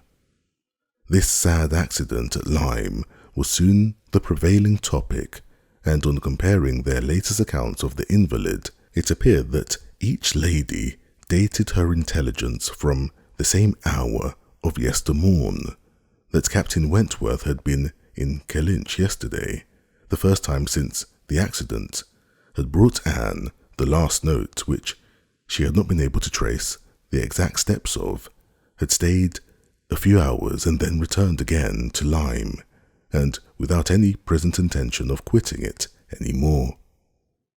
He had inquired after her, she found particularly, had expressed his hope of Mrs. Elliot's not being the worse for her exertions, and had spoken of those exertions as great. This was handsome and gave her more pleasure than almost anything else could have done. As to the sad catastrophe itself, it could be canvassed only in one style by a couple of steady, sensible women whose judgments had to work on ascertained events, and it was perfectly decided that it had been the consequence of much thoughtlessness and much imprudence that its effects were most alarming, and that it was frightful to think how long Miss Musgrove's recovery might yet be doubtful, and how liable she would still remain to suffer from the concussion hereafter. The Admiral rounded it up summarily by exclaiming, "Ay, a very bad business indeed. A new sort of way this for a young fellow to be making love by breaking his mistress' head, is it not, Miss Elliot? This is breaking a head and giving a plaster, truly." Admiral Croft's manners were not quite of the tone to suit Lady Russell, but they delighted Anne. His goodness of heart and simplicity of character were irresistible. "Now, this must be very bad for you," said he, suddenly rousing from a little reverie, "to be coming and finding us here. I had not recollected it before, I declare, but it must be very bad.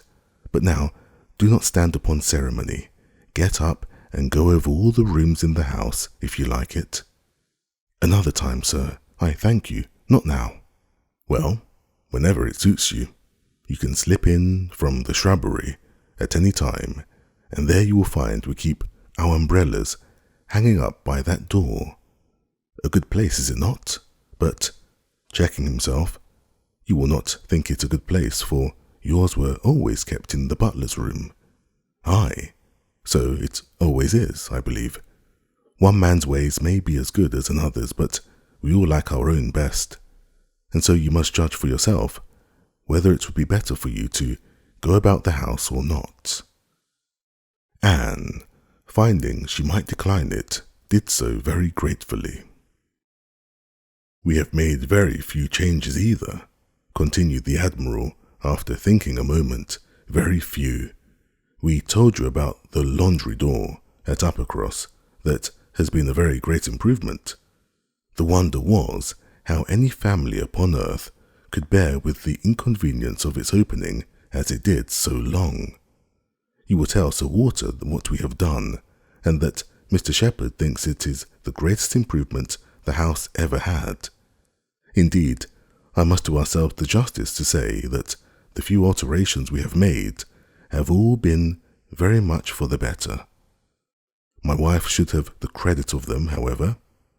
I have done very little besides sending away some of the large looking-glasses from my dressing-room, which was your father's, a very good man, and very much a gentleman, I am sure. But I should think, Miss Elliot, looking with serious reflection, I should think he must be rather a dressy man for his time of life. Such a number of looking-glasses, oh Lord, there was no getting away from oneself. So I got Sophie to lend me a hand, and we soon shifted their quarters, and now I am quite snug, with my little shaving glass in one corner, and another great thing that I never go near." Anne, amused in spite of herself, was rather distressing for an answer, and the Admiral, fearing he might not have been civil enough, took up the subject again to say, "The next time you write to your good father, Miss Elliot, pray give him my compliments and Mrs. Croft's, and say that we are settled here quite to our liking, and have no fault at all to find with the place. The breakfast-room chimney smokes a little, I grant you, but it is only when the wind is due north and blows hard, which may not happen 3 times a winter. And take it altogether now that we have been into most of the houses hereabouts and can judge, there is not one that we like better than this. Pray say so with my compliments. He will be glad to hear it." Lady Russell and Mrs. Croft were very well pleased with each other, but the acquaintance which this visit began was fated not to proceed far at present, for when it was returned, the Crofts announced themselves to be going away for a few weeks to visit their connections in the north of the country, and probably might not be home again before Lady Russell would be removing to Bath. So ended all danger to Anne of meeting Captain Wentworth at Kellynch Hall, or of seeing him in company with her friend. Everything was safe enough, and she smiled over the many anxious feelings she had wasted on the subject. Chapter 14. Though Charles and Mary had remained at Lyme much longer after Mr. and Mrs. Musgrove's going than Anne conceived they could have been at all wanted, they were yet the first of the family to be at home again, and as soon as possible after their return to Uppercross, they drove over the lodge. They had left Louisa beginning to sit up, but her head, though clear, was exceedingly weak, and her nerves susceptible to the highest extreme of tenderness, and though she might be pronounced to be altogether doing very well, it was still impossible to say when she might be able to bear the removal home, and her father and mother, who must return in time to receive their young children for the Christmas holidays, had hardly a hope of being allowed to bring her with them. They had been all in lodgings together. Mrs. Musgrove had got Mrs. Harville's children away as much as she could. Every possible supply of Uppercross had been furnished to enlighten the inconvenience to the Harvilles, while the Harvilles had been wanting them to come to dinner every day, and in short, it seemed to have been only a struggle on each side as to which should be most disinterested and hospitable. Mary had had her evils, but upon the whole, as was evidenced by her staying so long, she had found more to joy than to suffer. Charles Hayter had been at Lyme oftener than suited her, and when they dined with the Harvilles, there had been only a maidservant to wait, and at first Mrs. Harville had always given Mrs. Musgrove precedence, but then she had received so very handsome an apology from her on finding out whose daughter she was, and there had been so much going on every day, there had been so many walks between their lodgings and the Harvilles, and she had got books from the library and changed them so often that the balance had certainly been much in favour of Lyme. She had been taken to Charmouth too, and she had bathed, and she had gone to church, and there were a great many more people to look at in the church at Lyme than at Uppercross, and all this, joined to the sense of being so very useful, had made really an agreeable fortnight.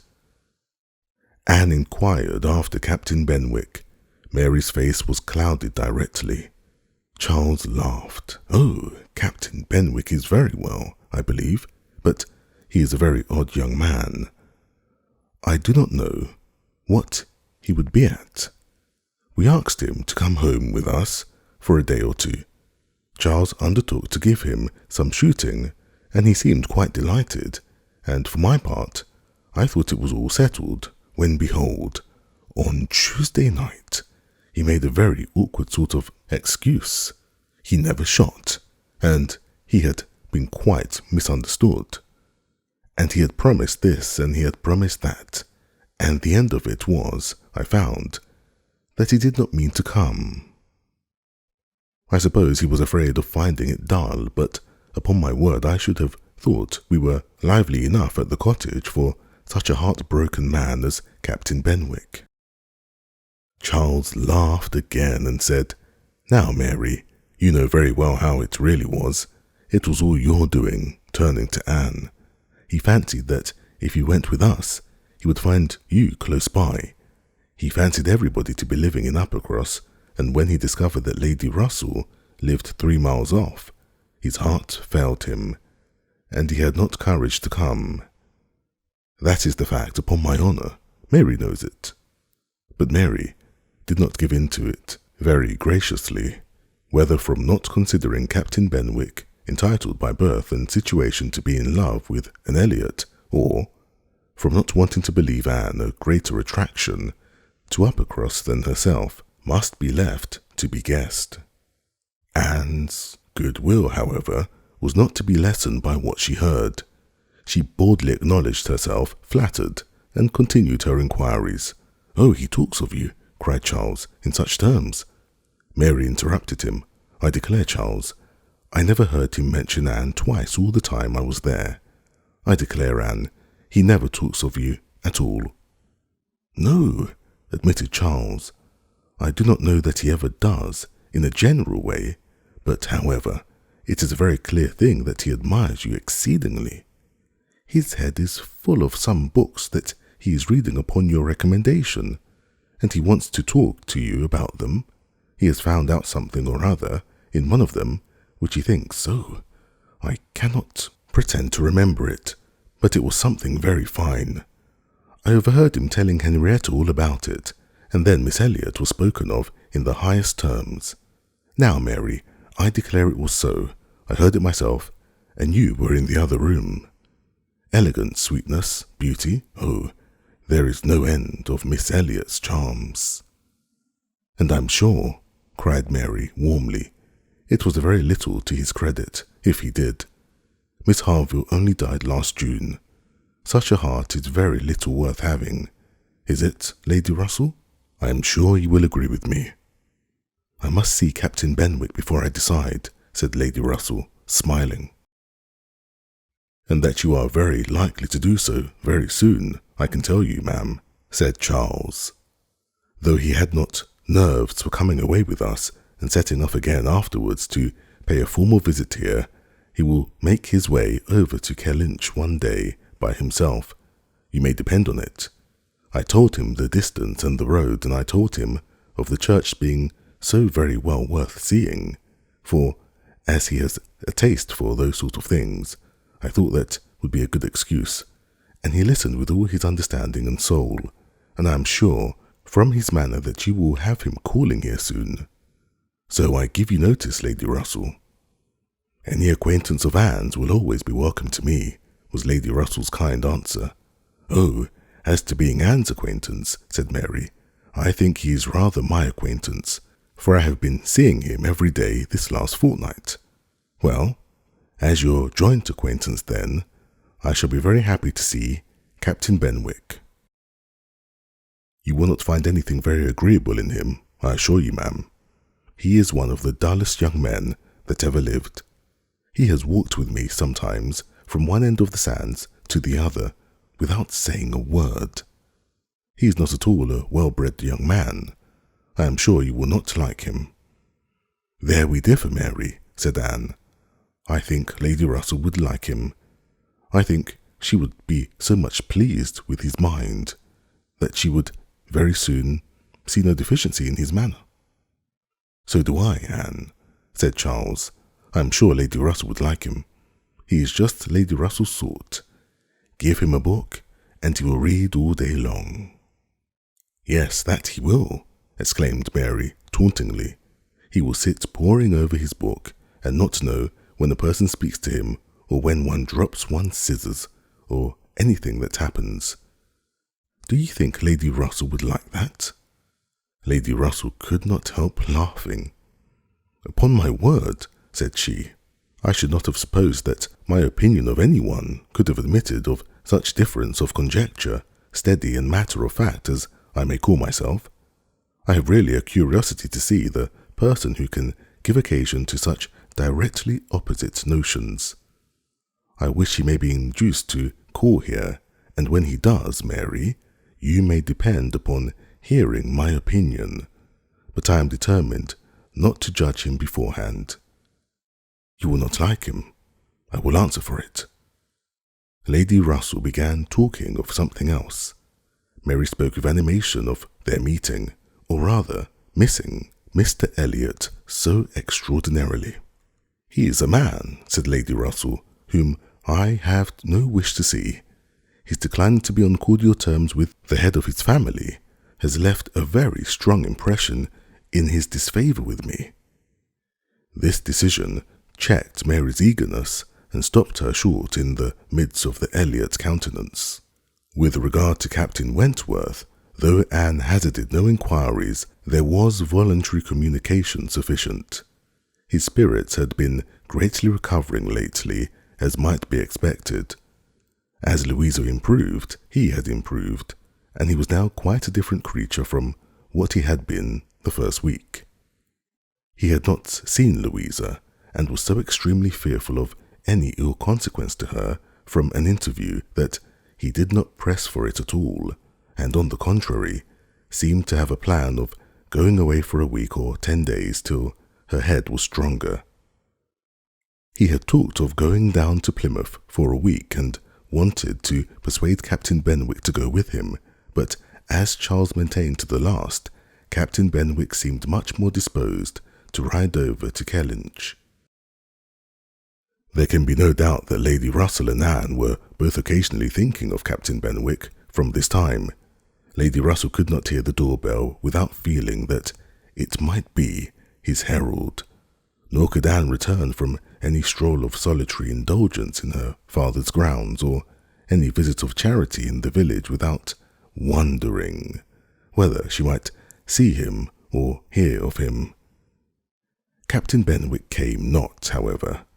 He was either less disposed for it than Charles had imagined, or he was too shy, and after giving him a week's indulgence, Lady Russell determined him to be unworthy of the interest which he had been beginning to excite. The Musgroves came back to receive their happy boys and girls from school, bringing with them Mrs. Harville's little children to improve the noise of Uppercross and lessen that of Lyme. Henrietta remained with Louisa, but all the rest of the family were again in their usual quarters. Lady Russell and Anne paid their compliments to them once, when Anne could not but feel that Uppercross was already quite alive again.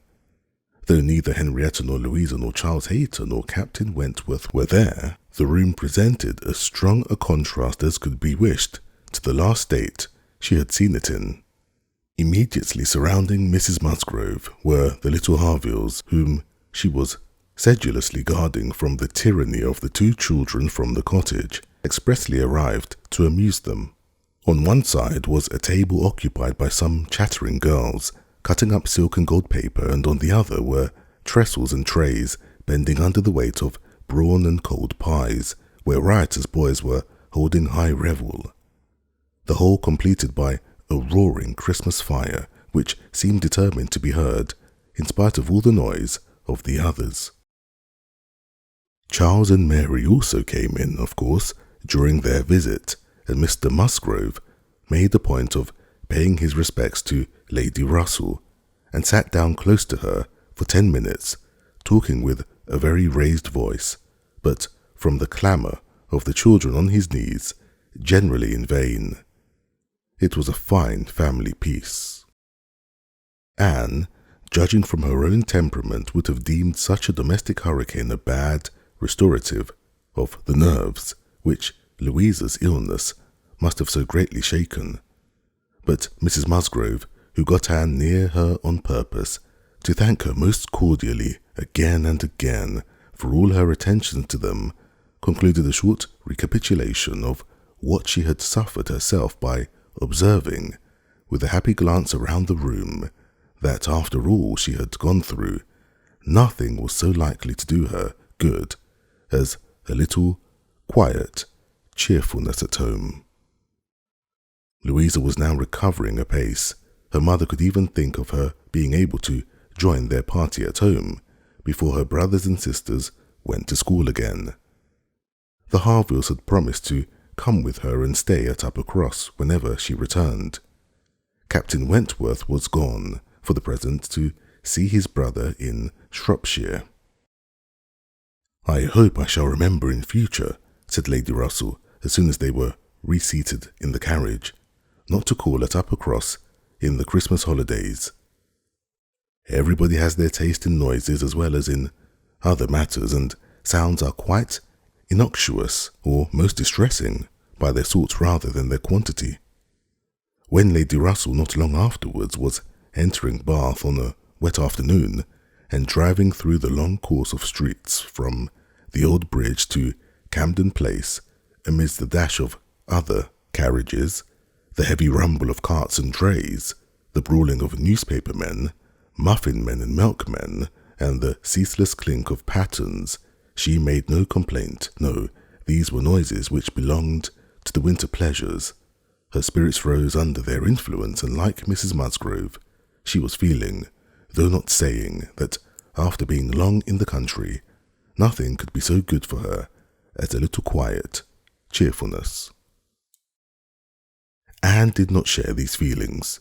She persisted in a very determined, though very silent, disinclination for Bath, caught the first dim view of the extensive buildings smoking in rain, without any wish of seeing them better, felt their progress through the streets to be, however, disagreeable, yet too rapid, for who would be glad to see her when she arrived, and looked back with fond regret to the bustles of Uppercross and the seclusion of Kellynch. Elizabeth's last letter had communicated a piece of news of some interest. Mr. Elliot was in Bath.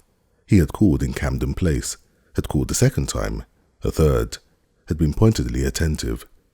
If Elizabeth and her father did not deceive themselves, had been taking much pains to seek the acquaintance and proclaim the value of the connection, as he had formerly taken pains to show neglect, this was very wonderful if it were true, and Lady Russell was in a state of very agreeable curiosity and perplexity about Mr. Elliot, already recanting the sentiment she had so lately expressed to Mary, of his being a man whom she had no wish to see.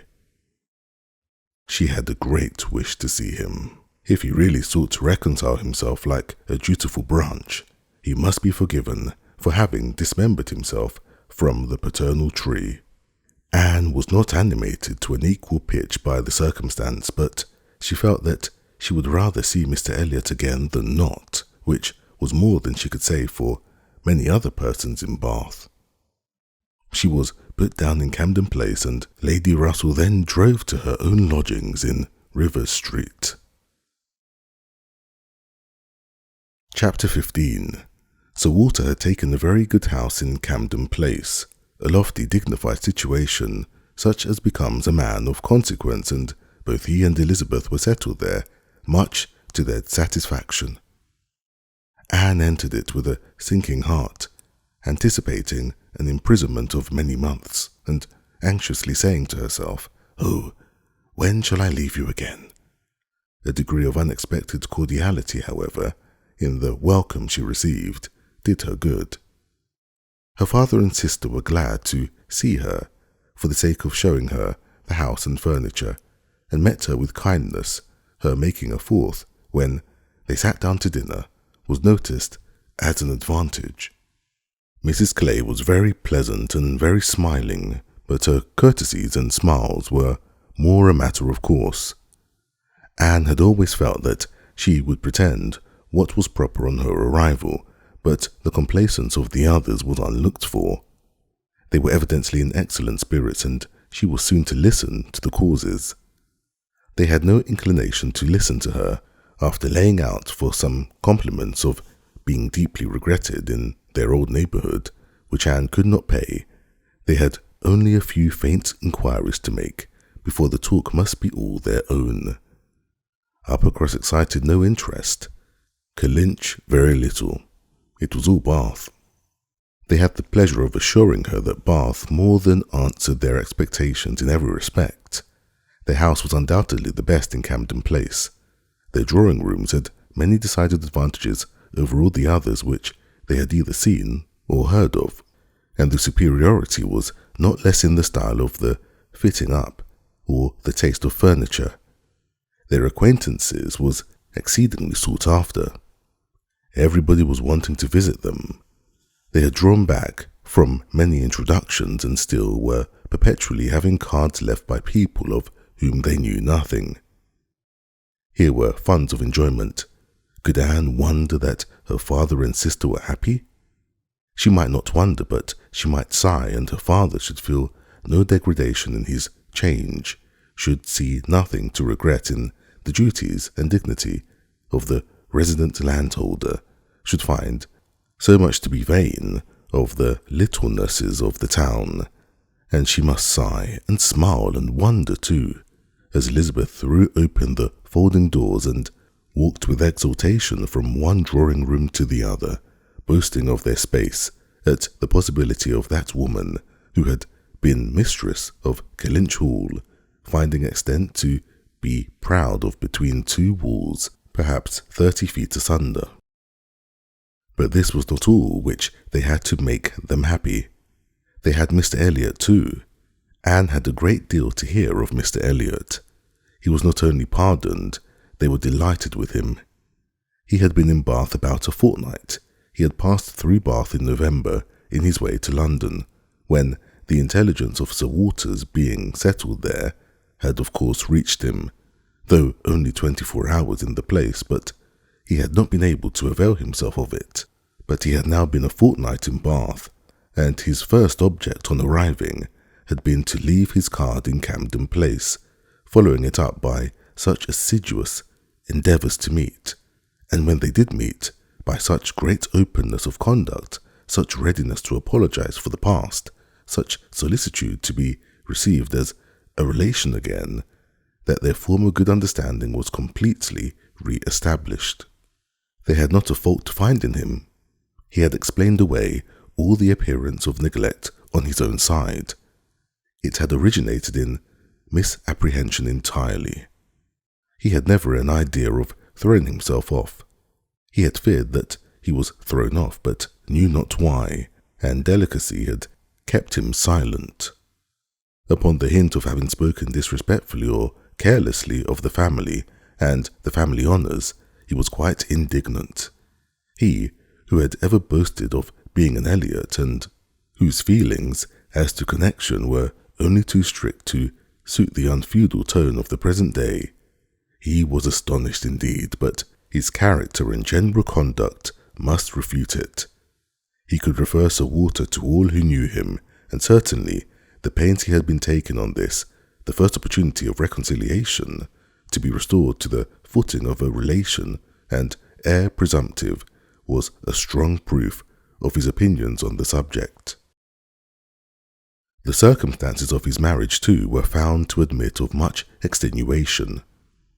This was an article not to be entered on by himself, but a very intimate friend of his, a Colonel Wallace, a highly respectable man, perfectly the gentleman and not an ill-looking man, Sir Walter added, who was living in very good style in Marlborough Buildings, and had, at his own particular request, been admitted to their acquaintance through Mr. Elliot, had mentioned one or two things relative to the marriage which made a material difference in the discredit of it. Colonel Wallace had known Mr. Elliot long, had been well acquainted also with his wife, had perfectly understood the whole story. She was certainly not a woman of family, but well educated, accomplished, rich, and excessively in love with his friend. There had been the charm. She had sought him. Without that attraction, not all her money would have tempted Elliot, and Sir Walter was, moreover, assured of her having been a very fine woman. Here was a great deal to soften the business. A very fine woman with a large fortune in love with him.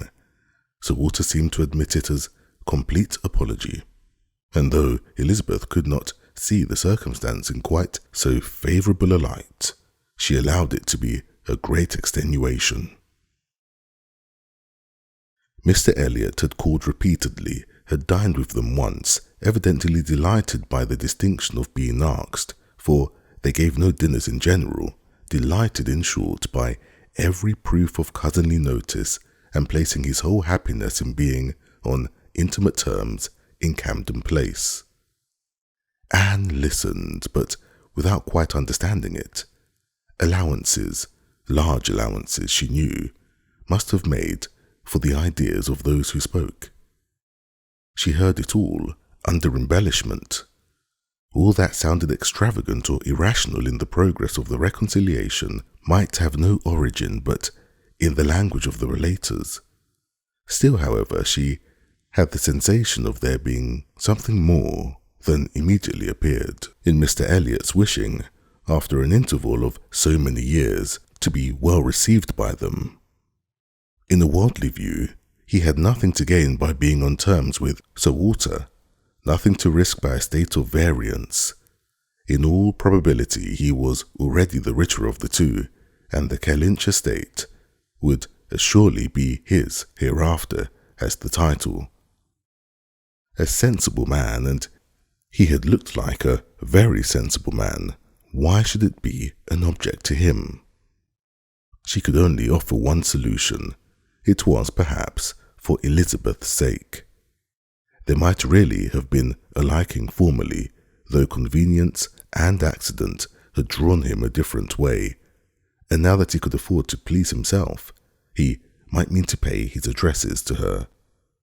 Elizabeth was certainly very handsome, with well-bred, elegant manners, and her character might never have been penetrated by Mr. Elliot, knowing her but in public, and when very young himself.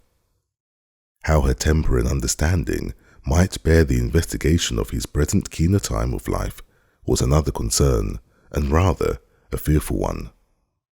Most earnestly did she wish that he might not be too nice, or too observant if Elizabeth were his object, and that Elizabeth was disposed to believe herself so, and that her friend, Mrs. Clay, was encouraging the idea, seemed apparent by a glance or two between them, while Mr. Elliot's frequent visits were talked of.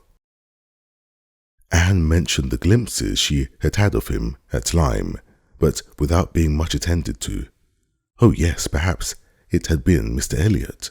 They did not know. It might be him, perhaps. They could not listen to her description of him. They were describing him themselves, Sir Walter especially. He did justice to his very gentlemanlike appearance, his air of elegance and fashion, his good-shaped face, his sensible eye, but at the same time must lament his being very much underhung, a defect which time seemed to have increased, nor could he pretend to say that 10 years had not altered almost every feature for the worse. Mr. Elliot appeared to think that he, Sir Walter, was looking exactly as he had done when they last parted, but Sir Walter had not been able to return the compliment entirely, which had embarrassed him. He did not mean to complain, however. Mr. Elliot was better to look at than most men, and he had no objection to being seen with him anywhere. Mr. Elliot and his friends in Marlborough Buildings were talked of the whole evening. Colonel Wallis had been so impatient to be introduced to them, and Mr. Elliot so anxious that he should. And there was a Mrs. Wallis, at present known only to them by description, as she was in daily expectation of her confinement, but Mr. Elliot spoke of her as a most charming woman, quite worthy of being known in Camden Place, and as soon as she recovered, they were to be acquainted. Sir Walter thought much of Mrs. Wallis. She was said to be an excessively pretty woman, beautiful.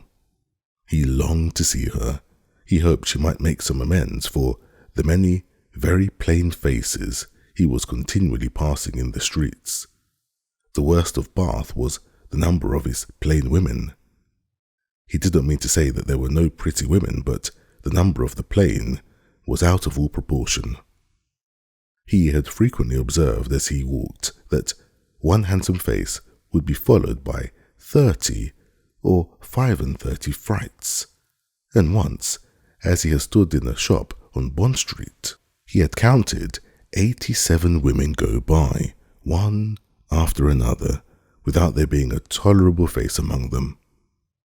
It had been a frosty morning, to be sure, a sharp frost which hardly one woman in 1,000 could stand the test of, but still there certainly were a dreadful multitude of ugly women in Bath, and as for the men, they were infinitely worse.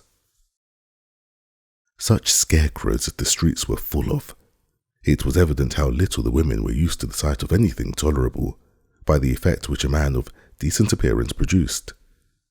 He had never walked anywhere arm in arm with Colonel Wallace, who was a fine military figure, though sandy-haired, without observing that every woman's eye was upon him. Every woman's eye was sure to be upon Colonel Wallace. Modest Sir Walter. He was not allowed to escape, however. His daughter and Mrs. Clay united in hinting that Colonel Wallace's companion might have as good a figure as Colonel Wallace, and certainly was not sandy-haired. "How is Mary looking?" said Sir Walter, in the height of his good humour. "The last I saw of her, she had a red nose, but I hope that may not happen every day."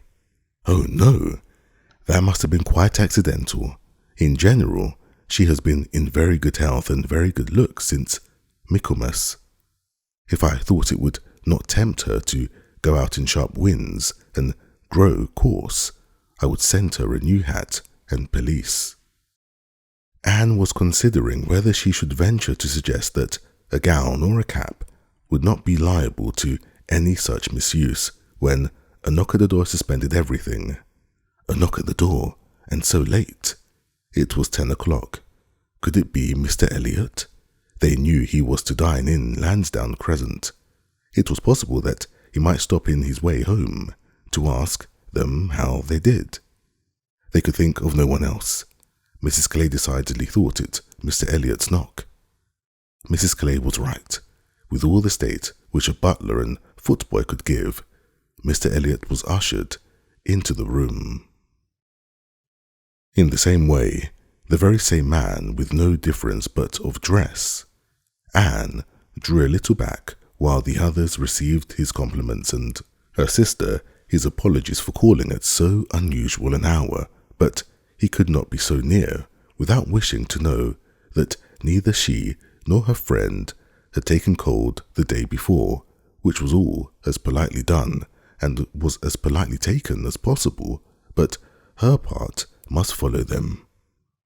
Sir Walter talked of his youngest daughter. Mr. Elliot must give him leave to present him to his youngest daughter. There was no occasion for remembering Mary. And Anne, smiling and blushing, very becomingly showed to Mr. Elliot the pretty features which she had by no means forgotten, and instantly saw, with amusement at his little start of surprise, that he had not been at all aware of who she was. He looked completely astonished, but no more astonished than pleased. His eyes brightened, and with the most perfect alacrity, he welcomed the relationship, alluded to the past, and entreated to be received as an acquaintance already. He was quite as good looking as he had appeared at Lyme. His countenance improved by speaking, and his manners were so exactly what they ought to be, so polished, so easy, so particularly agreeable that she could compare them in excellence to only one person's manners. They were not the same, but they were perhaps equally good. He sat down with them and improved their conversation very much. There could be no doubt of his being a sensible man. 10 minutes were enough to certify that. His tone, his expressions, his choice of subject, his knowing where to stop, it was all the operation of a sensible, discerning mind. As soon as he could, he began to talk to her of Lyme, wanting to compare opinions respecting the place, but especially wanting to speak of the circumstance of their happening to be guests in the same inn at the same time, to give his own route, understand something of hers, and regret that he should have lost such an opportunity of paying his respects to her. She gave him a short account of her party and business at Lyme. His regret increased as he listened. He had spent his whole solitary evening in the room adjoining theirs, had heard voices, mirth continually, thought they must be a most delightful set of people, longed to be with them, but certainly without the smallest suspicion of his possessing the shadow of a right to introduce himself. If he had but asked who the party were, the name of Musgrave would have told him enough. Well, it would serve to cure him of an absurd practice of never asking a question at an inn, which he had adopted, when quite a young man, on the principle of its being very ungenteel to be curious. The notions of a young man of 1 or 2 and 20, said he, as to what is necessary in manners to make him quite the thing, are more absurd, I believe, than those of any other set of beings in the world. The folly of the means they often employ is only to be equalled by the folly of what they have in view. But he must not be addressing his reflections to Anne alone. He knew it. He was soon diffused again among the others, and it was only at intervals that he could return to Lyme. His inquiries, however, produced at length an account of the scene she had been engaged in there, soon after his leaving the place. Having alluded to an accident, he must hear the whole. When he questioned Sir Walter and Elizabeth began to question also, but the difference in their manner of doing it could not be unfelt. She could only compare Mr. Elliot to Lady Russell in the wish of really comprehending what had passed, and in the degree of cause for what she must have suffered in witnessing it. He stayed an hour with them.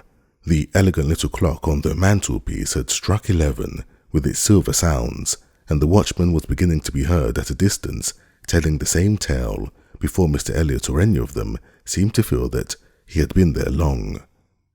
Anne could not have supposed it possible that her first evening in Camden Place could have passed so well. Chapter 16. There was one point which Anne, on returning to her family, would have been more thankful to ascertain even than Mr. Elliot's being in love with Elizabeth, which was her father's not being in love with Mrs. Clay, and she was very far from easy about it when she had been at home a few hours. On going down to breakfast the next morning, she found there had just been a decent pretense on the lady's side of meaning to leave them. She could imagine Mrs. Clay to have said that now Miss Anne was come, she could not suppose herself at all wanted, for Elizabeth was replying in a sort of whisper, that must not be any reason indeed. I assure you I feel it none. She is nothing to me compared with you, and she was in full time to hear her father say, My dear madame, this must not be. As yet, you have seen nothing of Bath. You have been here only to be useful. You must not run away from us now. You must stay to be acquainted with Mrs. Wallis, the beautiful Mrs. Wallis. To your fine mind, I well know the sight of beauty is a real gratification. He spoke and looked so much in earnest that Anne was not surprised to see Mrs. Clay stealing a glance at Elizabeth and herself. Her countenance perhaps might express some watchfulness, but the praise of the fine mind did not appear to excite a thought in her sister. The lady could not but yield to such joint entreaties and promised to stay. In the course of the same morning, Anne and her father chancing to be alone together, he began to compliment her on her improved looks. He thought her less thin in her person, in her cheeks, her skin, her complexion greatly improved, clearer, fresher. Had she been using anything in particular? No, nothing. Merely Gowland, he supposed. No, nothing at all.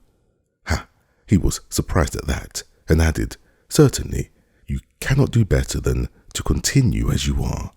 You cannot be better than well, or I should recommend Gowland, the constant use of Gowland, during the spring months. Mrs. Clay has been using it at my recommendation, and you see what it has done for her. you see how it has carried away her freckles.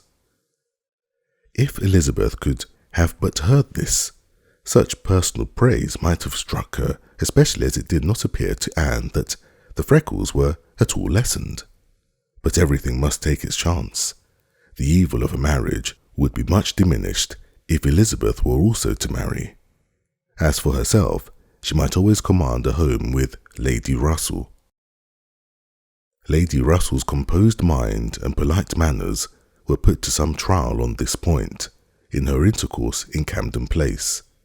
The sight of Mrs. Clay in such favour and of Anne so overlooked was a perpetual provocation to her there, and vexed her as much as when she was away, as a person in Bath who drinks the water, gets all the new publications and has a very large acquaintance, has time to be vexed. As Mr. Elliot became known to her, she grew more charitable or more indifferent towards the others. His manners were an immediate recommendation, and on conversing with him, she found the solid so fully supporting the superficial that she was at first, as she told Anne, almost ready to exclaim, "Can this be Mr. Elliot?" and could not seriously picture to herself a more agreeable or estimable man. Everything united in him: good understanding, correct opinions, knowledge of the world, and a warm heart. He had strong feelings of family attachment and family honour. Without pride or weakness, he lived with the liberality of a man of fortune. Without display, he judged for himself in everything essential, without defying public opinion in any point of worldly decorum. He was steady, observant, moderate, candid, never run away by the spirits or by selfishness, which fancied itself strong feeling, and yet with a sensibility to what was amiable and lovely, and a value for all the felicities of domestic life, which characters or fancied enthusiasm and violent agitation seldom really possess. She was sure that he had not been happy in marriage. Colonel Wallis said it, and Lady Russell saw it, but it had been no unhappiness to sour his mind, nor, she began pretty soon to suspect, to prevent his thinking of a second choice. Her satisfaction in Mr. Elliot outweighed all the plague of Mrs. Clay. It was now some years since Anne had begun to learn that she and her excellent friend could sometimes think differently, and it did not surprise her therefore that Lady Russell should see nothing suspicious or inconsistent, nothing to require more motives than appeared in Mr. Elliot's great desire of a reconciliation. In Lady Russell's view, it was perfectly natural that Mr. Elliot, at a mature time of life, should feel it a most desirable object, and what would very generally recommend him among all sensible people to be on good terms with the head of his family, the simplest process in the world of time, upon a head naturally clear and only erring in the heyday of youth. Anne presumed, however, still to smile about it, and at last to mention Elizabeth. Lady Russell listened and looked, and made only this cautious reply, "Elizabeth? Very well. Time will explain." It was a reference to the future, which Anne, after a little observation, felt she must submit to. She could determine nothing at present. In that house Elizabeth must be first, and she was in the habit of such general observance as Miss Elliot, that any particularity of attention seemed almost impossible. Mr. Elliot, too, it must be remembered, had not been a widower 7 months. A little delay on his side might be very excusable. In fact, Anne could never see the crape around his hat without fearing that she was the inexcusable one in attributing to him such imaginations, for though his marriage had not been very happy, still it had existed so many years that she could not comprehend a very rapid recovery from the awful impression of its being dissolved. However it might end, he He was without any question their pleasantest acquaintance in Bath. She saw nobody equal to him, and it was a great indulgence now and then to talk to him about Lynn, which he seemed to have as lively a wish to see again, and to see more of as herself. They went through the particulars of their first meeting a great many times. He gave her to understanding that he had looked at her with some earnestness. She knew it as well, and she remembered another person's look also. They did not always think alike. His value for rank and connection she perceived was greater than hers. It was not merely complacence, it must be a liking to the cause, which made him enter warmly into her father and sister's solicitudes on a subject which she thought unworthy to excite them. The Bath paper one morning announced the arrival of the Dowager Viscountess Dalrymple and her daughter, the Honourable Miss Carteret, and all the comfort of number Camden Place was swept away for many days, for the Dalrymples, in Anne's opinion, most unfortunately, were cousins of the Elliots, and the agony was how to introduce themselves properly.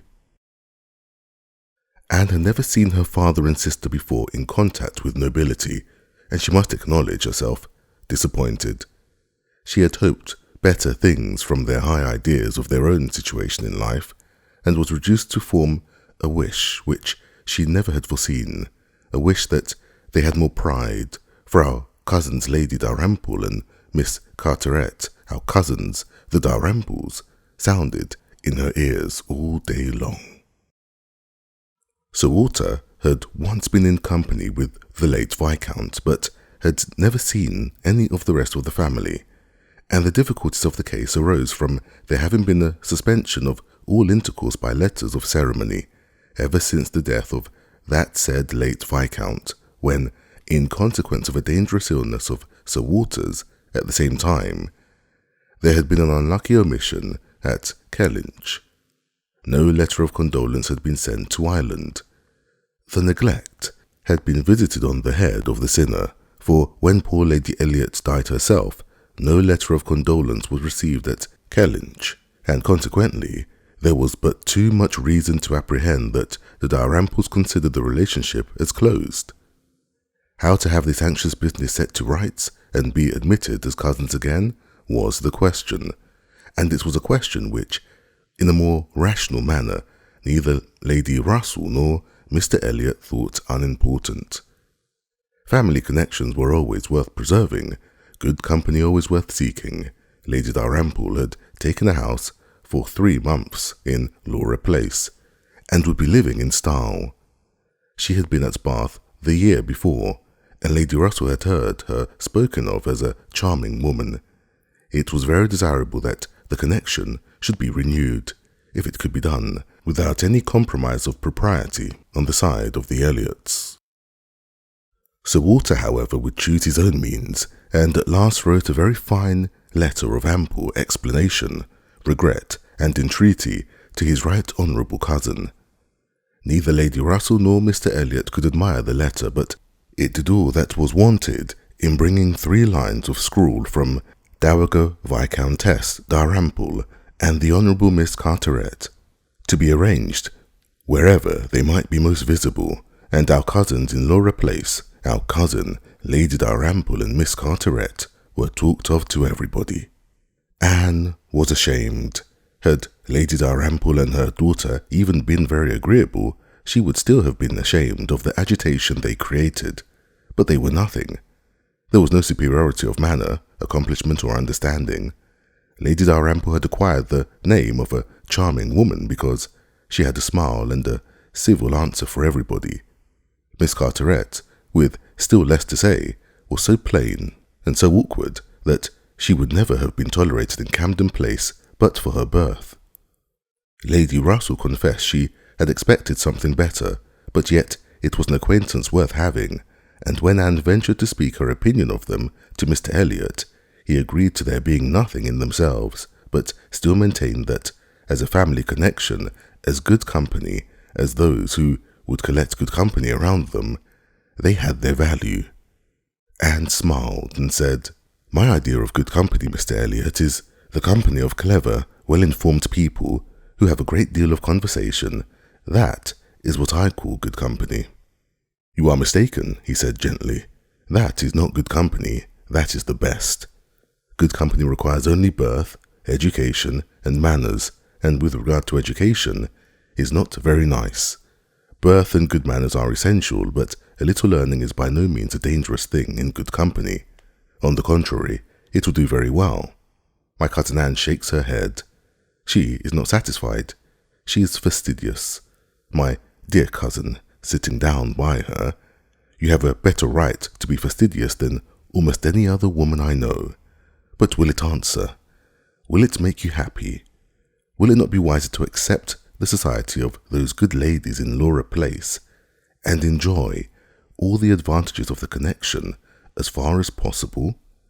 You may depend upon it that they will move in the first set in Bath this winter, and as rank is rank, your being known to be related to them will have its use in fixing your family, our family, let me say, in that degree of consideration which we must all wish for." "Yes," sighed Anne, "we shall indeed be known to be related to them." Then, recollecting herself and not wishing to be answered, she added, "I certainly do think there has been, by far, too much trouble taken to procure the acquaintance, I suppose," smiling. "I have more pride than any of you, but I confess it does vex me that we should be so solicitous to have the relationship acknowledged, which, we may be very sure, is a matter of perfect indifference to them." "Pardon me, dear cousin, you are just unjust in your own claims. In London, perhaps, in your present quiet style of living, it might be as you say, but in Bath, Sir Walter Elliot and his family will always be worth knowing, always acceptable as acquaintance." "Well," said Anne, "I certainly am proud, too proud to enjoy a welcome which depends so entirely upon place." "I love your indignation," said he. "It is very natural. But here you are in Bath, and the object is to be established here, with all the credit and dignity which ought to belong to Sir Walter Elliot. You talk of being proud. I am called proud, I know, and I shall not wish to believe myself otherwise, for our pride, if investigated, would have the same object, I have no doubt, though the kind may seem a little different. In one point I am sure, my dear cousin," he continued, speaking lower, though there was no one else in the room, "in one point I am sure we must feel alike. We must feel that every addition to your father's society, among his equals or superiors, may be of use in diverting his thoughts from those who are beneath him." He looked, as he spoke, to the seat which Mrs. Clay had been lately occupying, a sufficient explanation of what he particularly meant, and though Anne could not believe in having there the same sort of pride, she was pleased with him for not liking Mrs. Clay, and her conscience admitted that his wishing to promote her father's getting great acquaintance was more than excusable in the view of defeating her. Chapter 17. While Sir Walter and Elizabeth were assiduously pushing their good fortune in Laura Place, Anne was renewing an acquaintance of a very different description. She had called on her former governess and had heard from her of there being an old schoolfellow in Bath who had the strong claims on her attention of past kindness and present suffering. Miss Hamilton, now Mrs. Smith, had shown her kindness in one of those periods of her life when it had been most valuable. Anne had gone unhappy to school, grieving for the loss of a mother whom she had dearly loved, feeling her separation from home and suffering as a girl of 14, of strong sensibility and not high spirits, must suffer at such a time, and Miss Hamilton, 3 years older than herself, but still from the want of near relations and a settled home, remaining another year at school, had been useful and good to her in a way which had considerably lessened her misery and could never be remembered with indifference. Miss Hamilton had left school, had married not long afterwards, was said to have married a man of fortune, and this was all that Anne had known of her, till now that the governess's account brought her situation forward in a more decided but very different form. She was a widow and poor. Her husband had been extravagant and, at his death, about 2 years before, had left his affairs dreadfully involved. She had had difficulties of every sort to contend with and, in addition to these distresses, had been afflicted with a severe rheumatic fever, which, finally settling in her legs, had made her, for the present, a cripple. She had come to Bath on that account and was now in lodgings near the hot baths, living in a very humble way, unable even to afford herself the comfort of a servant, and, of course, almost excluded from society. Their mutual friend answered for the satisfaction which a visit from Miss Elliot should give Mrs. Smith, and Anne therefore lost no time in going. She mentioned nothing of what she had heard, or what she intended at home. It would excite no proper interest there. She only consulted Lady Russell, who entered thoroughly into her sentiments, and was most happy to convey her as near to Mrs. Smith's lodgings in Westgate's buildings as Anne chose to be taken. The visit was paid, their acquaintance re-established, their interest in each other more than rekindled. The first 10 minutes had its awkwardness and its emotion. 12 years ago were gone since they had parted, and each presented a somewhat different person from what the other had imagined.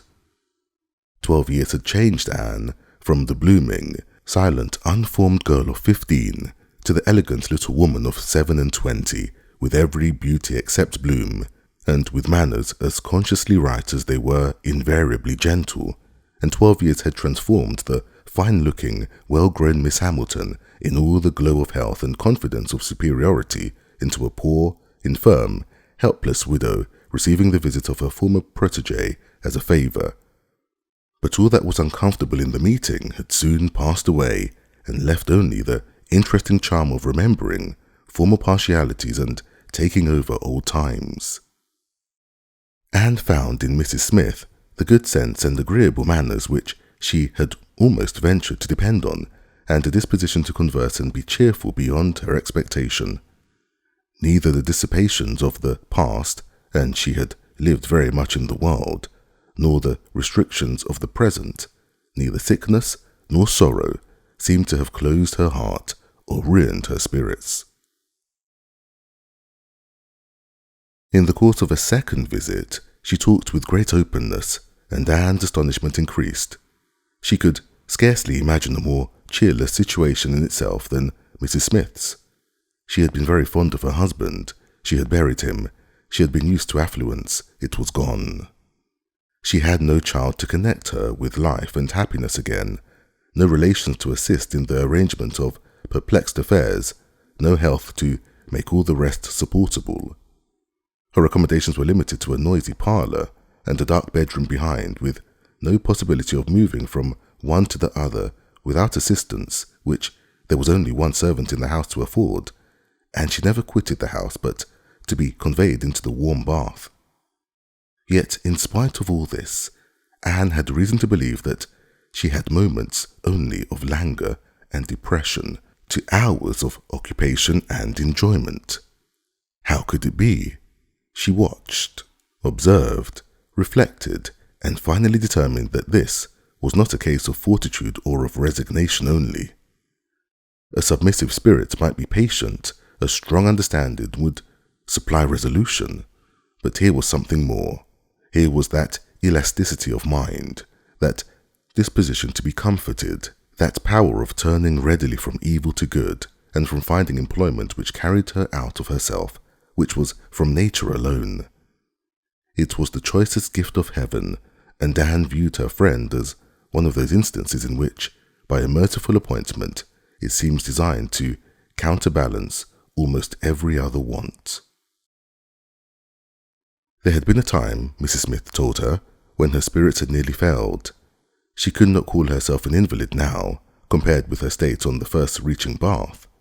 But she had, indeed, been a pitiable object, for she had caught cold on the journey, and had hardly taken possession of her lodgings before she was again confined to her bed and suffering under severe and constant pain, and all this among strangers, with the absolute necessity of having a regular nurse and finances at that moment particularly unfit to meet any extraordinary expense.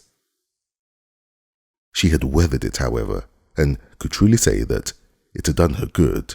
It had increased her comforts by making her feel herself to be in good hands.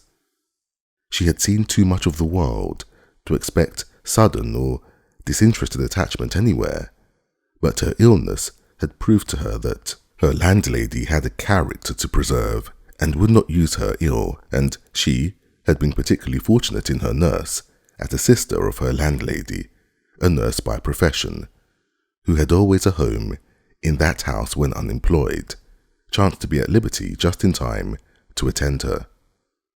And she, said Mrs. Smith, besides nursing me most admirably, has really proved an invaluable acquaintance. As soon as I could use my hands, she taught me to knit, which has been a great amusement, and she put me in the way of making these little thread cases, pin cushions, and card racks, which you always find me so busy about, and which supply me with the means of doing a little good to one or two very poor families in this neighbourhood. She had a large acquaintance, of course, professionally, among those who can afford to buy, and she disposes of my merchandise. She always takes the right time for applying. Everybody's heart is open, you know, when they have recently escaped from severe pain or are recovering the blessing of health, and Nurse Rook thoroughly understands when to speak. She is a shrewd, intelligent, sensible woman. Hers is a line of seeing human nature, and she has a fund of good sense and observation which, as a companion, make her infinitely superior to thousands of those who have only received the best education in the world, know nothing worth attending to. Call it gossip if you will, but when Nurse Rook has half an hour's leisure to bestow on me, she is sure to have something to relate that is entertaining and profitable, something that makes one know one's species better. One likes to hear what is going on, to be au fait as to the newest modes of being trifling and silly. To me, who live so much alone, her conversation, I assure you, is a treat.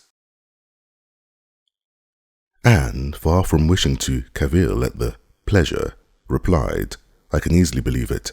Women of that class have great opportunities, and if they are intelligent, may be well worth listening to.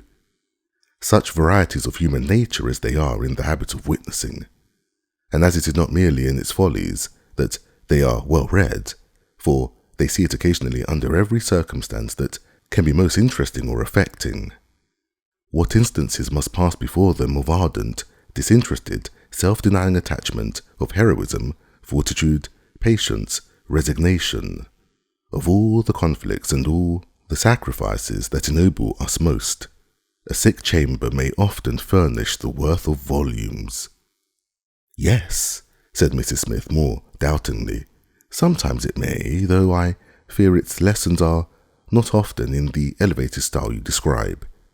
Here and there, human nature may be great in times of trial, but generally speaking, it is its weaknesses, and not its strength, that appears in a sick chamber. It is selfishness and impatience, rather than generosity and fortitude, that one hears of. There is so little real friendship in the world, and unfortunately, speaking low and tremulously, there are so many who forget to think seriously till it is almost too late. Anne saw the misery of such feelings. The husband had not been what he ought, and the wife had been led among that part of mankind which made her think worse of the world than she hoped it deserved. It was but a passing emotion, however, with Mrs. Smith. She shook it off and soon added, in a different tone, I do not suppose the situation my friend Mrs. Rook is in at present will furnish much either to interest or edify me. She is only nursing Mrs. Wallace of Marlborough Buildings, a mere pretty, silly, inexpensive, fashionable woman, I believe, and of course will have nothing to report but of lace and finery. I mean to make profit of Mrs. Wallace, however. She has plenty of money, and I intend she shall buy all the high-priced things I have in hand now. Anne had called several times on her friend before the existence of such a person was known in Camden Place. At last, it became necessary to speak of her. Sir Walter, Elizabeth and Mrs. Clay returned one morning in Laura Place with a sudden invitation from Lady Dalrymple for the same evening, and Anne was already engaged to spend that evening in Westgate Buildings. She was not sorry for the excuse. They were only asked, and she was sure, because Lady Dalrymple, being kept at home by a bad cold, was glad to make use of the relationship which had been so pressed on her, and she declined on her own account with great alacrity. She was engaged to spend the evening with an old schoolfellow. They were not much interested in anything relative to Anne, but still, there were questions enough asked to make it understood what this old schoolfellow was, and Elizabeth was disdainful and Sir Walter severe. "Westgate Buildings," said he, "and who is Miss Anne Elliot to be visiting in Westgate Buildings?" "A Mrs. Smith, a widow Mrs. Smith." "And who was her husband?" "One of 5,000 Mr. Smiths whose names are to be met with everywhere." "And what is her attraction?" "That she is old and sickly." "Upon my word, Miss Anne Elliot, you have the most extraordinary taste. Everything that revolts other people, low company, paltry rooms, foul air, disgusting associations are inviting to you. But surely you may be put off this old lady till tomorrow. She is not so near her end, I presume, but that she may hope to see another day. What is her age? 40? "No, sir, she is not 130, but I do not think I can put off my engagement because it is only evening for some time which will at once suit her and myself. She goes into the warm bath tomorrow, and for the rest of the week, you know, we are engaged." "But what does Lady Russell think of this acquaintance?" asked Elizabeth. "She sees nothing to blame in it," replied Anne. "On the contrary, she approves it, and has generally taken me when I have called on Mrs. Smith." Westgate Buildings must have been rather surprised by the appearance of a carriage drawn up near its pavement, observed Sir Walter. "Sir Henry Russell's widow, indeed, has no honours to distinguish her arms, but still, it is a handsome equipage, and no doubt it is well known to convey a Miss Elliot. A widow, Mrs. Smith, lodging in Westgate Buildings, a poor widow barely able to live, between 30 and 40, a mere Mrs. Smith, an everyday Mrs. Smith, of all people and all names in the world, to be the chosen friend of a Miss Anne Elliot, and to be preferred by her to her own family connections among the nobility of England and Ireland. Mrs. Smith, such a name." Miss Clay, who had been present all while this passed, now thought it advisable to leave the room, and Anne could have said much, and did long to say a little in defence of her friends' not very dissimilar claims to theirs, but her sense of personal respect to her father prevented her. She made no reply. She left it to himself to recollect that Mrs. Smith was not only the widow in Bath, but between 30 and 40, with little to live on, and no surname of dignity. Anne kept her appointment, the others kept theirs, and of course she heard the next morning that they had had a delightful evening.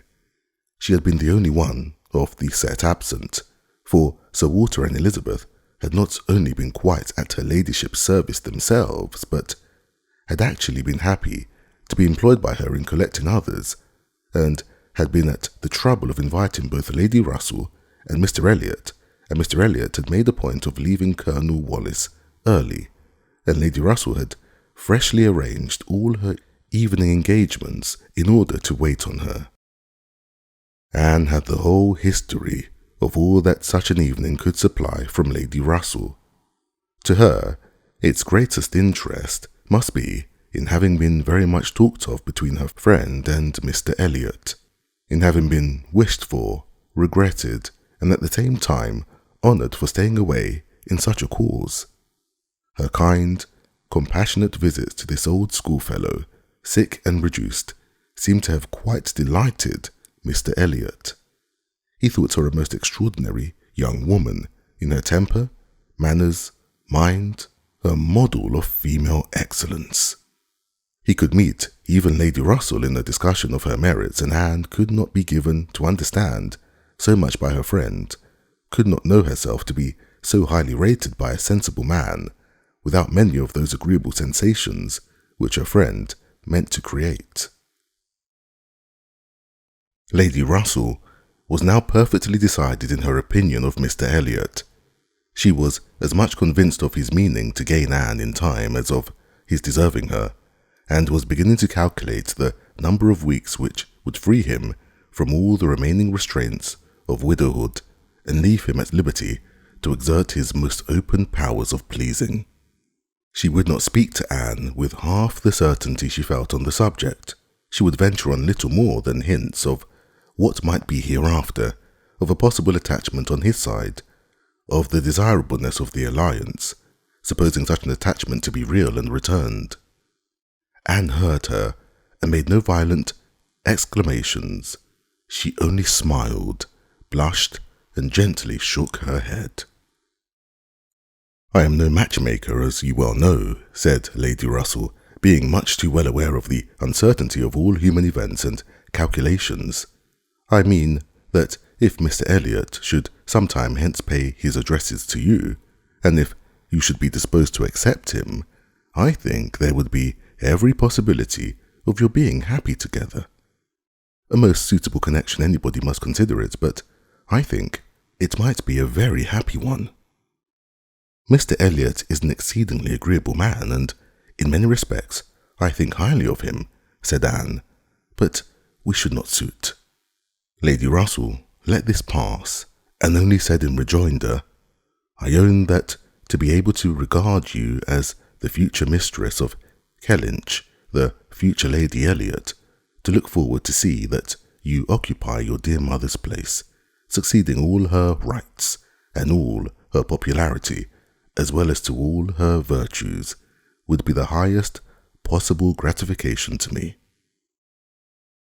You are your mother's self in countenance and disposition, and if I might be allowed to fancy you such as she was, in situation and name and home, presiding and blessing in the same spot, and only superior to her in being more highly valued, my dearest Anne, it would give me more delight than is often felt at my time of life."